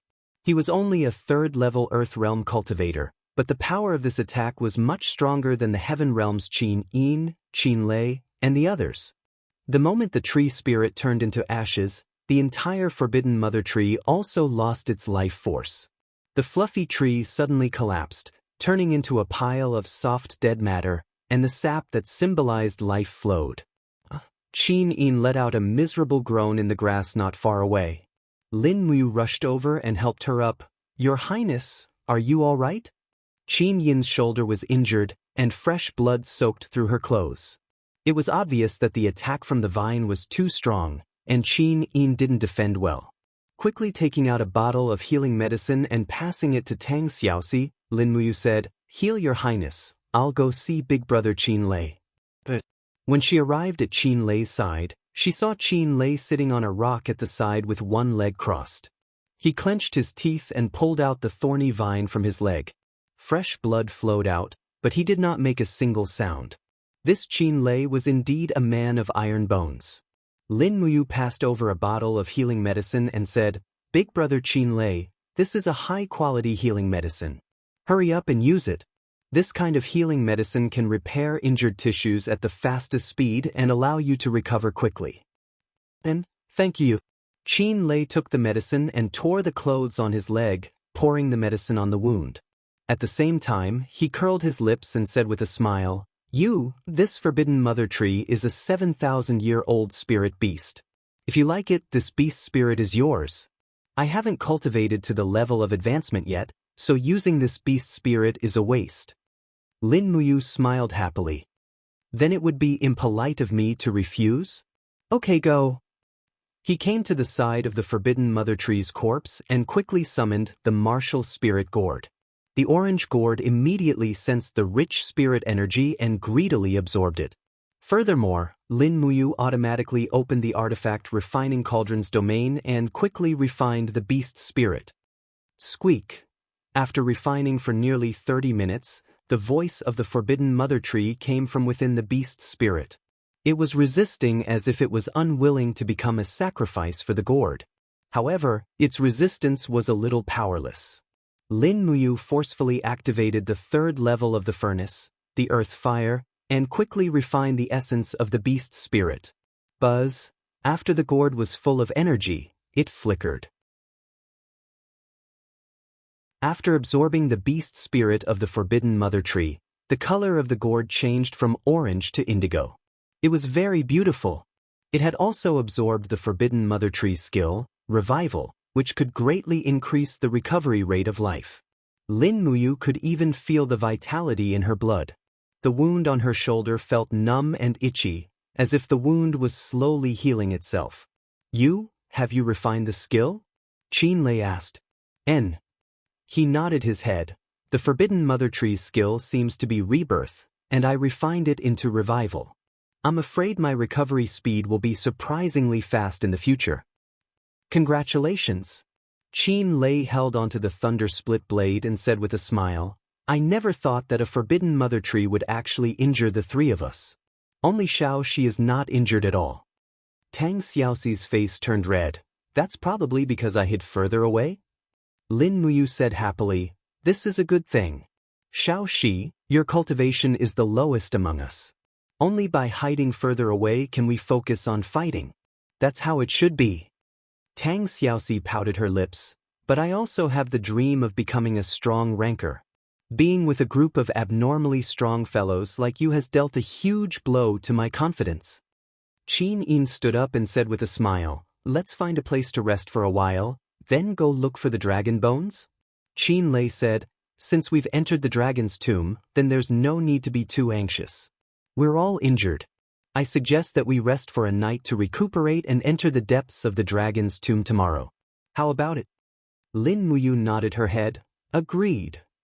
All right. The two beauties also nodded their heads one after another. After setting up camp by the side of the stream, Lin Muyu found some hay and made it into a big bed. After that, she found some firewood. Tang Xiaoxi fetched some water to cook, while Qin Yin bandaged her own wounds and asked with a smile, Your aura has already changed. Did you step into the heaven realm after refining the beast spirit? Lin Muyu suppressed the ecstasy at the bottom of her heart and lightly opened her palm. Immediately, she spat out milky white do qi instead of innate qi. This do qi merged with the lightning elemental sprite in the air and evolved into the power of lightning with crackling sounds. Furthermore, it was a power of lightning that was even stronger than before. After stepping into the heaven realm, the characteristics of his power had already changed. The result of innate qi turning into do qi was that the destructive power of the 4 elemental imperial swords and the true dragon primary fire had also increased by a large margin. How do you feel now? Qin Yin asked with a smile. Lin Muyu took a deep breath, raised her head to look at the starry sky and said, I have a feeling that I can already be considered as an expert now. Your Highness Yin, please don't laugh at me. However, Qin Yin couldn't help but burst into laughter and said, You have always been an expert. Moreover, you are a gold star sparring master of the sanctum. This kind of status in the empire has always been outstanding. Haven't you realized it yourself? Lin Muyu smiled and sat beside Qin Yin. Listening to the babbling of the stream, she said, Your Highness, How many experts do you think there are in this land? More than ours. Qin Yin was stunned. She looked at the vast forest in the distance with some fascination and said with a smile, I don't know about this, but as far as I know, there are only a few sanctuary-level experts. As for the god-level experts, it seems that there are only 2 of them in the entire continent. Moreover, they have been in seclusion for many years. Actually, there used to be quite a number of god-level and sanctuary-level experts on the continent. However, after a battle in Lingdong hundreds of years ago, these people seem to have all disappeared. Lin Muyu was surprised. Your Highness, can you tell me in detail? I don't know the specific situation at that time. These things can only be known from ancient books, and it is difficult to distinguish the truth from the falsehood. However, there used to be quite a number of god-level experts on the continent, such as my ancestor, Qin Yi, the founding emperor of the Qin Empire. He was a god-level expert who had cultivated to the pinnacle of cultivation. However, they all suddenly disappeared hundreds of years ago. No one knows where they went. The most widespread rumor is that they all ascended to the heavenly realm and went to another plane. As she said that, Qin Yin moved her red lips and smiled with great yearning. Actually, I am also looking forward to the day I can ascend to the heavenly realm and prove the heavenly Tao. Lin Muyu naturally didn't dare to say that Qin Yi had already died, but the shock in her heart was very strong. Could it be that Qin Yi had led hundreds of experts from the human world to chase after the 7 luminaries demon emperor hundreds of years ago, and in the end, when she transmigrated here, she coincidentally transmigrated to the 18 levels of purgatory and saw the scene of them and the 7 luminaries demon emperor both suffering great losses? Looking at Qin Yin's beautiful face under the moonlight, Lin Muyu couldn't bear to tell her that these god-level experts were all dead, so she grinned and said, I also look up to Xiaoyao who went to the heavenly realm. That's right. Qin Yin said with a smile. It's just that we have to live in the present. What I have to do is to inherit the empire, and what you have to do is to cultivate hard and become a great expert to protect the empire, right? That's right. After eating dinner and cultivating for a while, Qin Yin and Tang Xiaoxi went to bed early. As for Lin Muyu and Qin Lei, after discussing for a while, he would keep watch for the first half of the night, while Qin Lei would keep watch for the second half of the night. When it was the second half of the night, they laid down and could finally rest for a while. Closing their eyes, they quickly fell asleep. After an unknown period of time, a ruthless voice suddenly sounded beside their ears, "Stinking brat!" In the dream, a black figure appeared in the chaotic space. Lin Muyu stood under a ray of sunlight and reached out to pull out the burning prairie sword, but she realized that there was nothing beside her. The shadow in the darkness got closer and closer. She couldn't see its face, but Lin Muyu knew who it was, 7 luminaries demon emperor. You're just a ghost, what else do you want? Haha. The 7 luminaries demon emperor's expression was very sinister as he said angrily, Brat, you live in your body. Do you think you can steal my 7 luminaries' profound energy? Dream on. With that said, the 7 luminaries demon emperor rushed over crazily, holding countless stars in his hands, and shouted, Go to hell, 7 luminaries star transformation. But Lin Muyu suddenly woke up from the dream, only to realize that it was a dream, but it didn't seem to be a complete dream. It was too real. He could feel the irresistible sharpness of the 7 luminaries' star transformation. Morning, Moo. At the side, Tang Xiaoxi was cooking breakfast. She smiled and said, Eat more later, we'll try to find the dragon tendon vine in the morning. Qin Yin was more attentive and asked, Did you have a nightmare? I guess so. He smiled slightly, shook his head and said, Maybe I was too tired during the day. After breakfast, the 4 of them continued to explore the depths of the forest. The beautiful fire fox scurried back and forth on Tang Xiaoxi's shoulder, looking around anxiously, occasionally letting out sharp whines. Tang Xiaoxi was a little surprised. What's wrong?